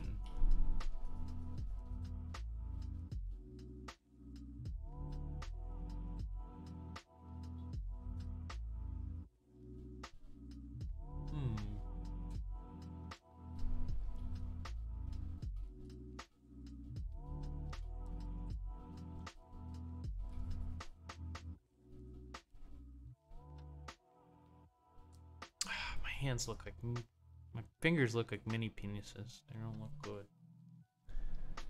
Has to be a way to make them look good without.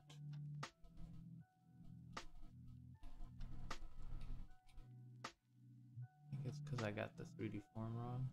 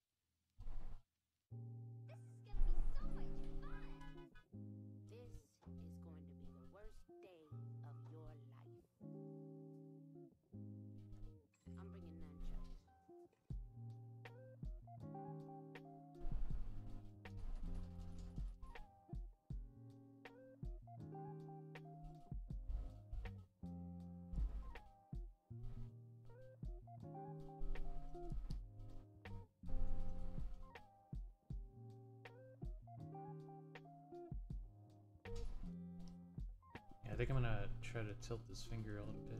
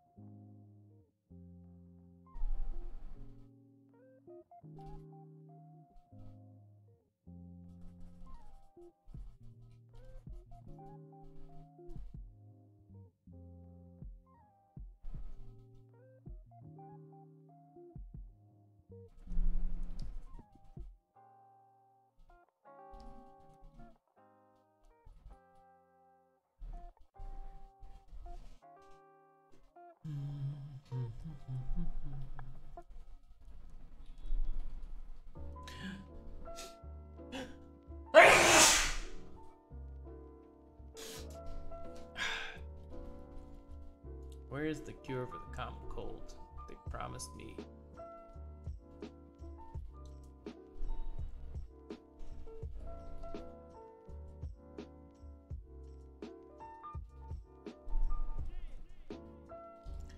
Thank you.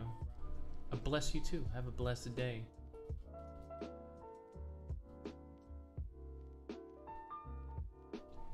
I started picking up a lot of the mannerisms and lingo of those around me as I tend to do. Something about, like, at some point someone told me that is because you are not comfortable being yourself, so what you do is you imitate others. Okay. I guess, I don't know, I just...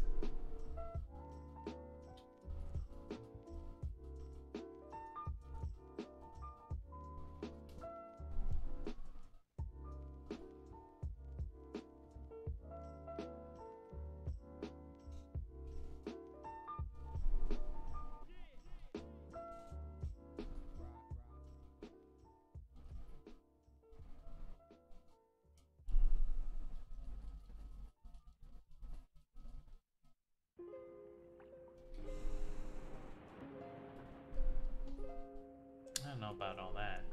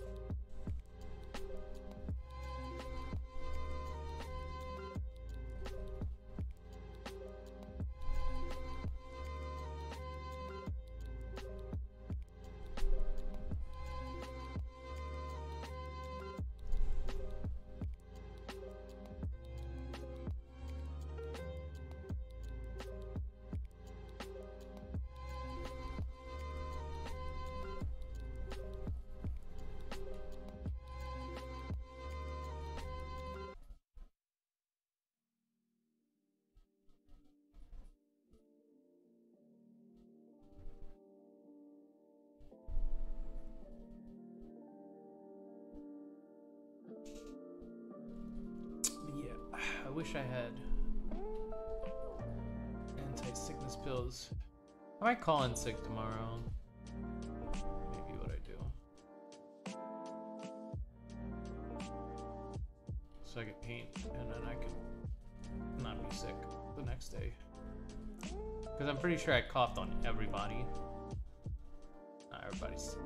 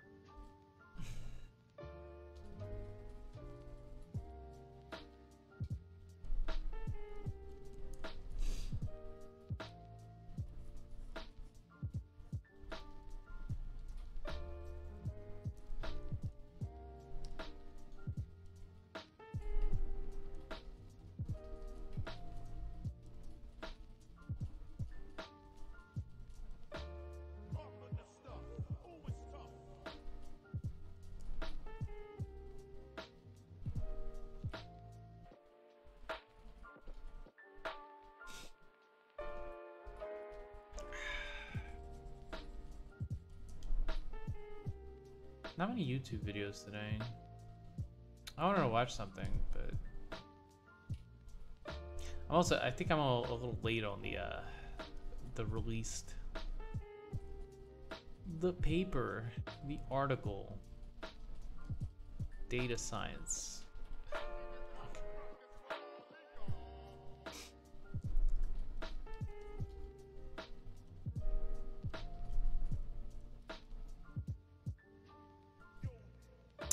I think if you do a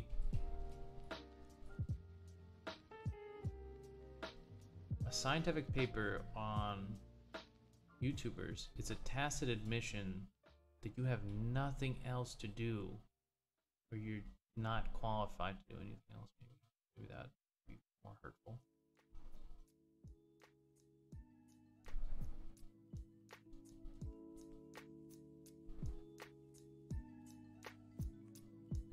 Honestly, probably true. I'm gonna go with probably true.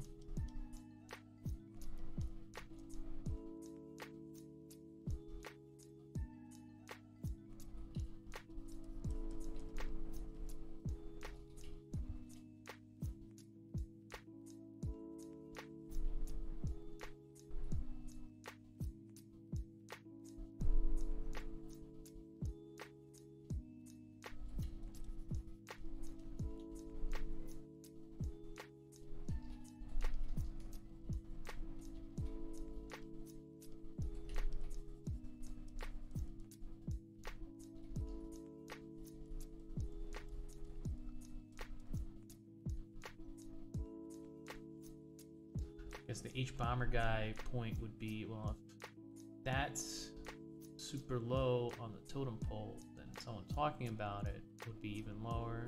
And it's like, yes. No difference being that I am not a data scientist. The H-bomber guy argument, anything you do in response to something is lower on the importance list. It's a response. Accurate, but a little facetious. Because it makes the comparison that people on YouTube or Twitch, in this case, occupy the same position as published data scientist.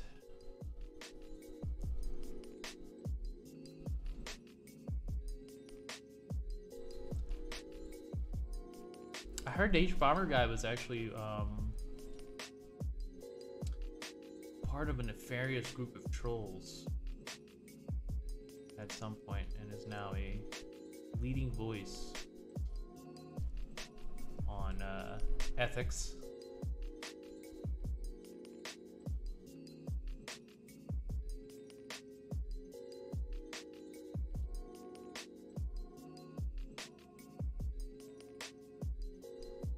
Isn't that I don't know, something about that is just like,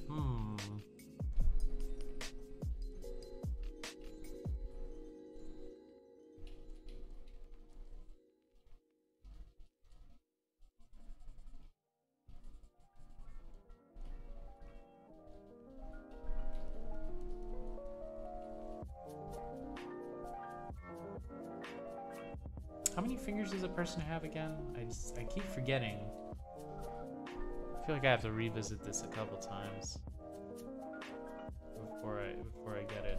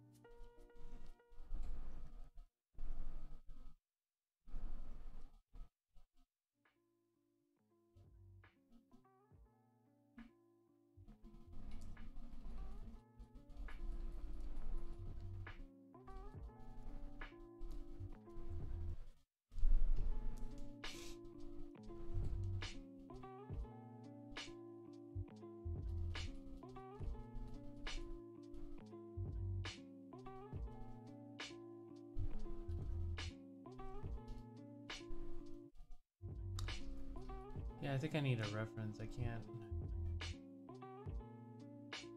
do this. And complex 5D.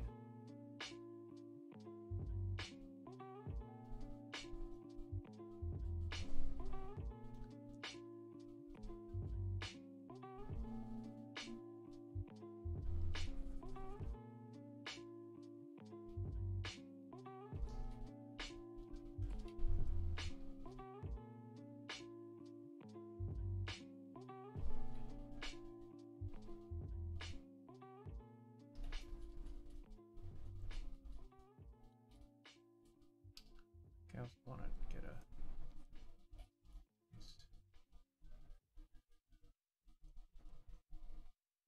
good brush red.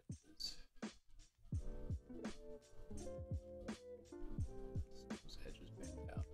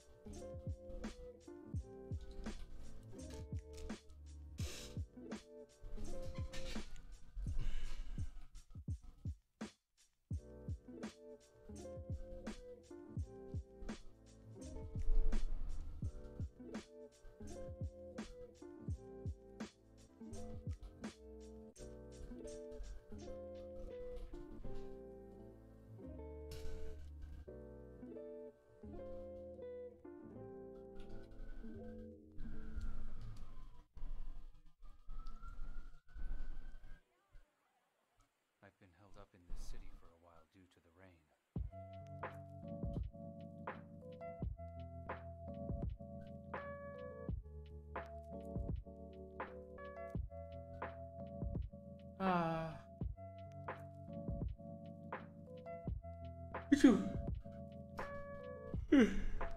No, that was like that was a bit fake. I hope that the rain. I wanted to sneeze, but I didn't sneeze, so it just like sneezed anyway. I don't even know what this performatively executed the sneeze. I love that lingo that's entering the common parlance now. It's a performative. Doing something. I love it. It's like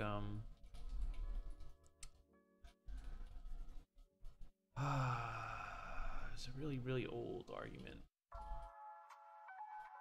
against Christianity where it was something like,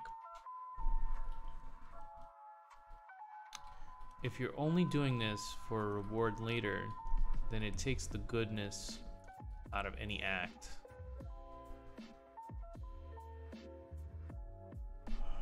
Because it's done out of fear. It takes the agency out of it. It's also kind of like one of those a priori true things. You can't really get inside someone's head, so you have to assume motivation. You're only doing this for this, so you can't disprove it.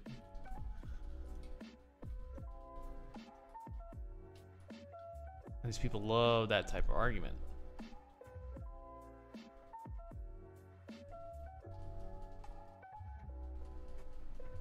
It's just impenetrable, man. Impenetrable. You're doing something performatively.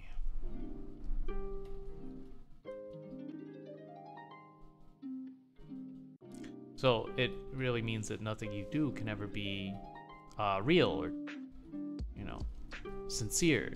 It can only be performative as the highest standard.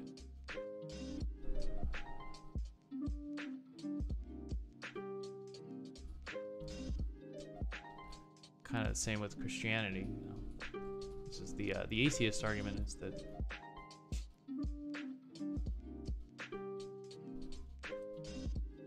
the only reason that Christians aren't blowing themselves up is because that they fear the divine retribution, something like that, because of the way the compass works. I think that was the argument. I think I'm strawmanning it a little bit, but it's something like that.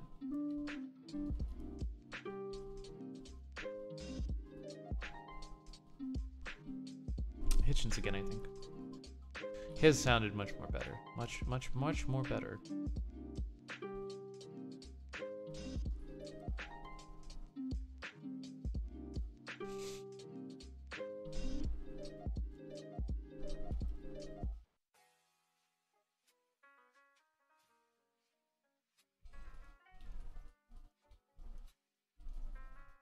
But yeah.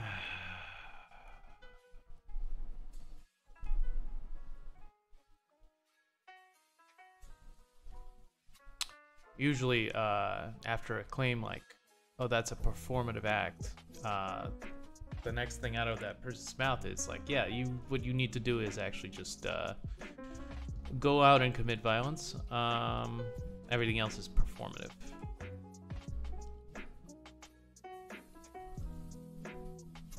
Which is like, it really makes you think, that's interesting.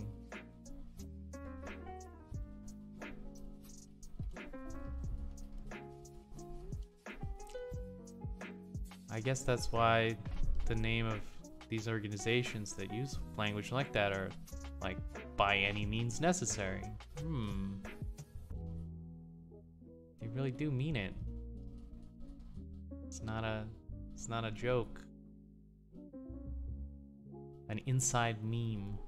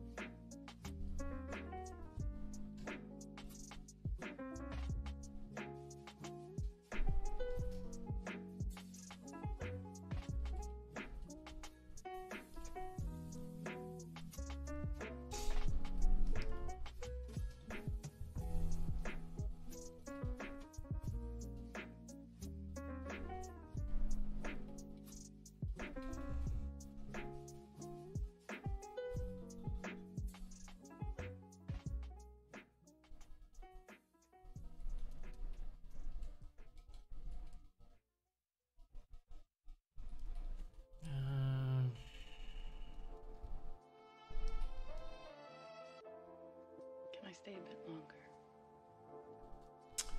Fat, disgusting fingers. Just needs to be toned down a little bit.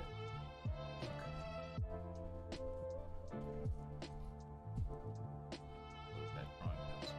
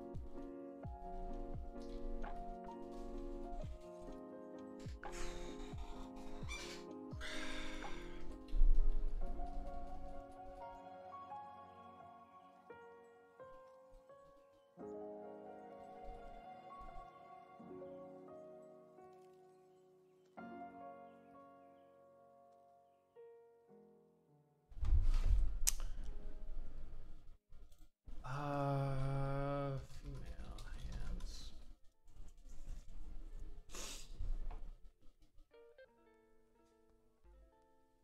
I think the problem is I made it.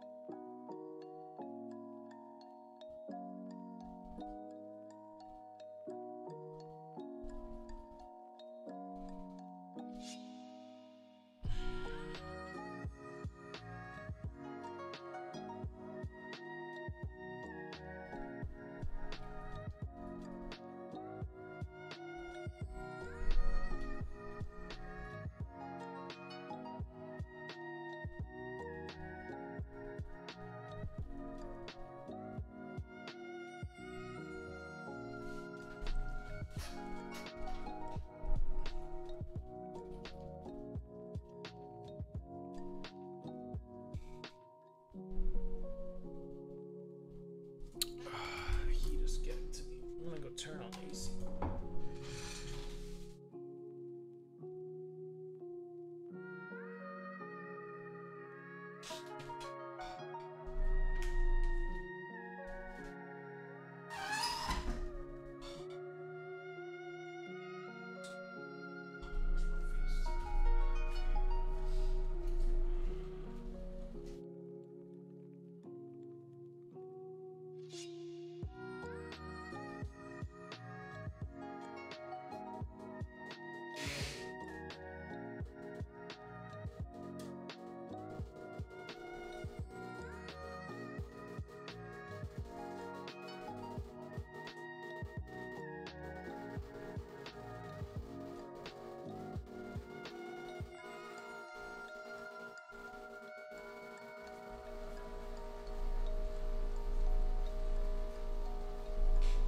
I think I ate up all my instant food supplies, and I have to go for.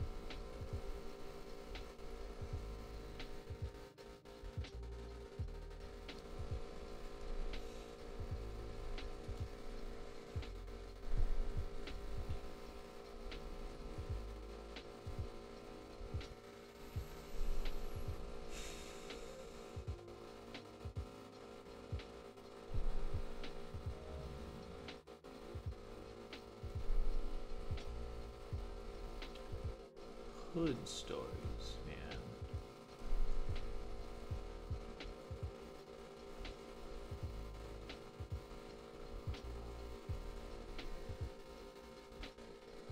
Every day. I kind of like the crazy customers because they just give me so much to laugh at. Really brightens up your day, honestly. I've thought about this a whole lot, and there's just nothing better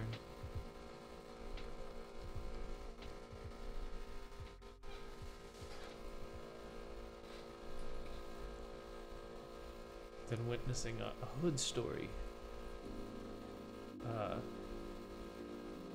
up front. 872-9755. Who's that? Hello?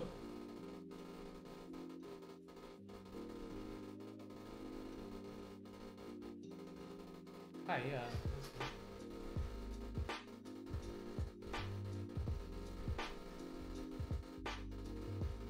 Yeah. I think we're gonna do implants.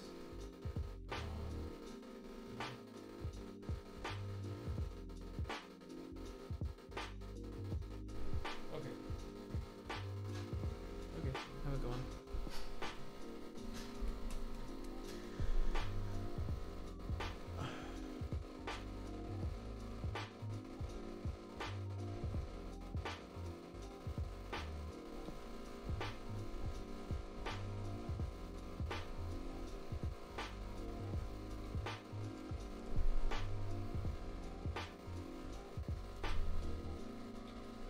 I was approved for a bridge for my teeth, but not that I'm working. At the illustrious and well-paying job that I am, I can afford implants. I think, because the way he described it was, you give me $3,000 now, and then later we'll see if the insurance will cover it. And I'm just like, yeah, okay, that sounds good. Oh, that's great. Just take my money, cash. All right, no problem.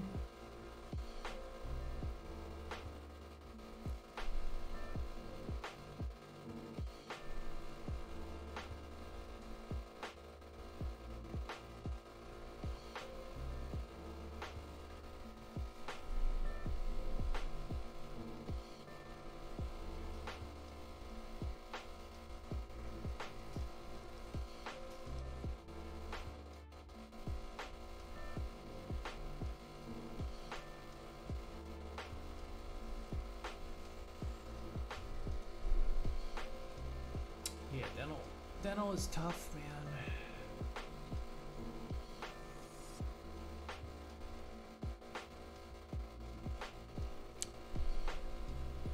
The way he explained it to me is if I actually had good insurance, then they would have covered it, but I didn't.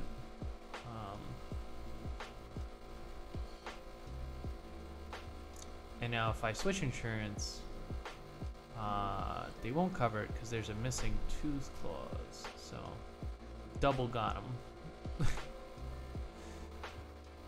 You know, just not a big deal, but still kind of just, man, I wish they couldn't do that.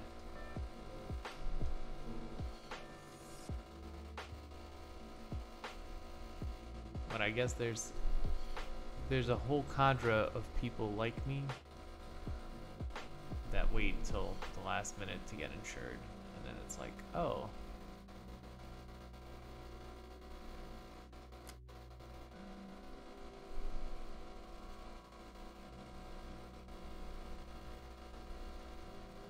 I guess pre-existing condition doesn't mean missing tooth. Thanks, Obama.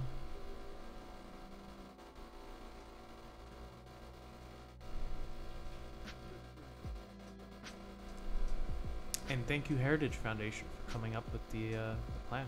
Appreciate that.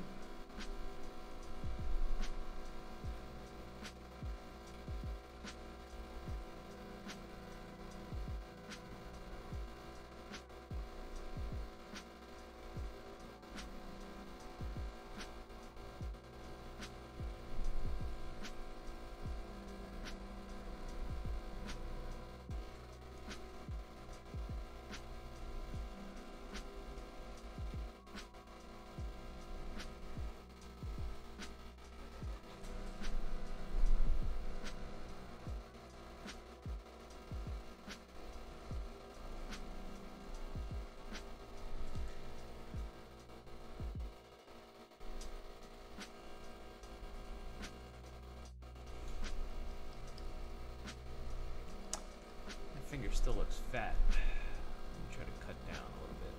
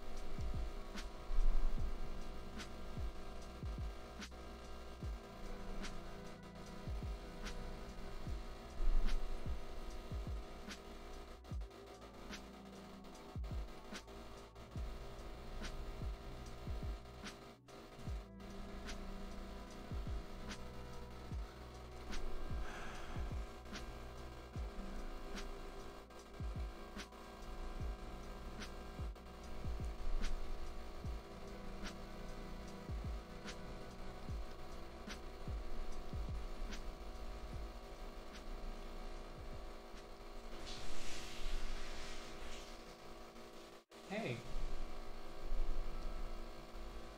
Cat is up.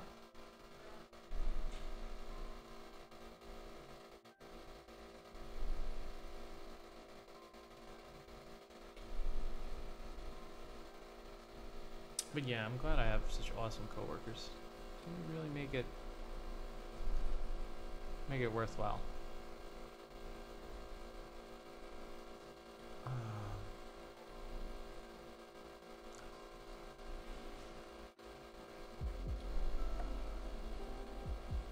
Any day I'm not at the store, some crazy shit happens, like someone pulls out a knife.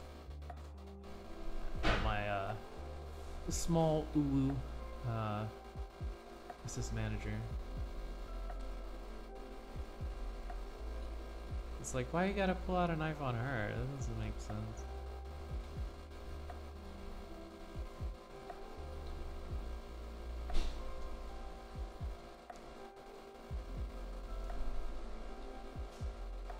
I get that if, like, you pull out a knife on our security boy, cause he's a big boy.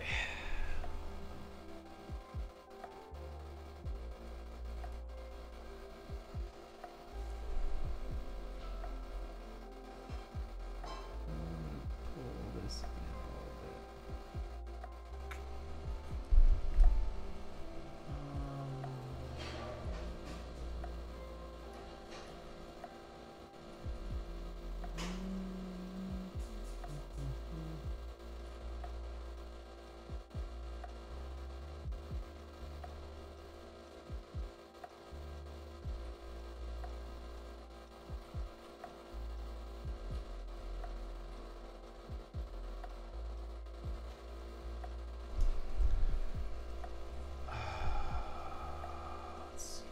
Should be pulled in just a little bit.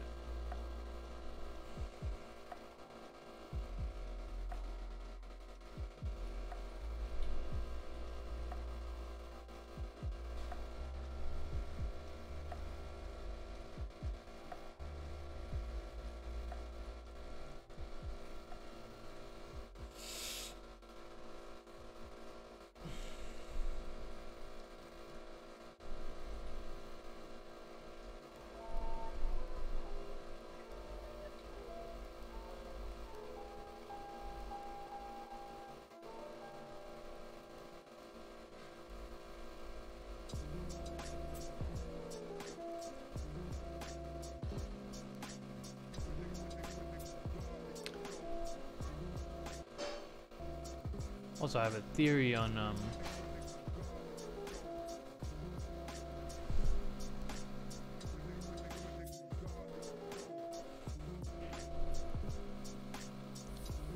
why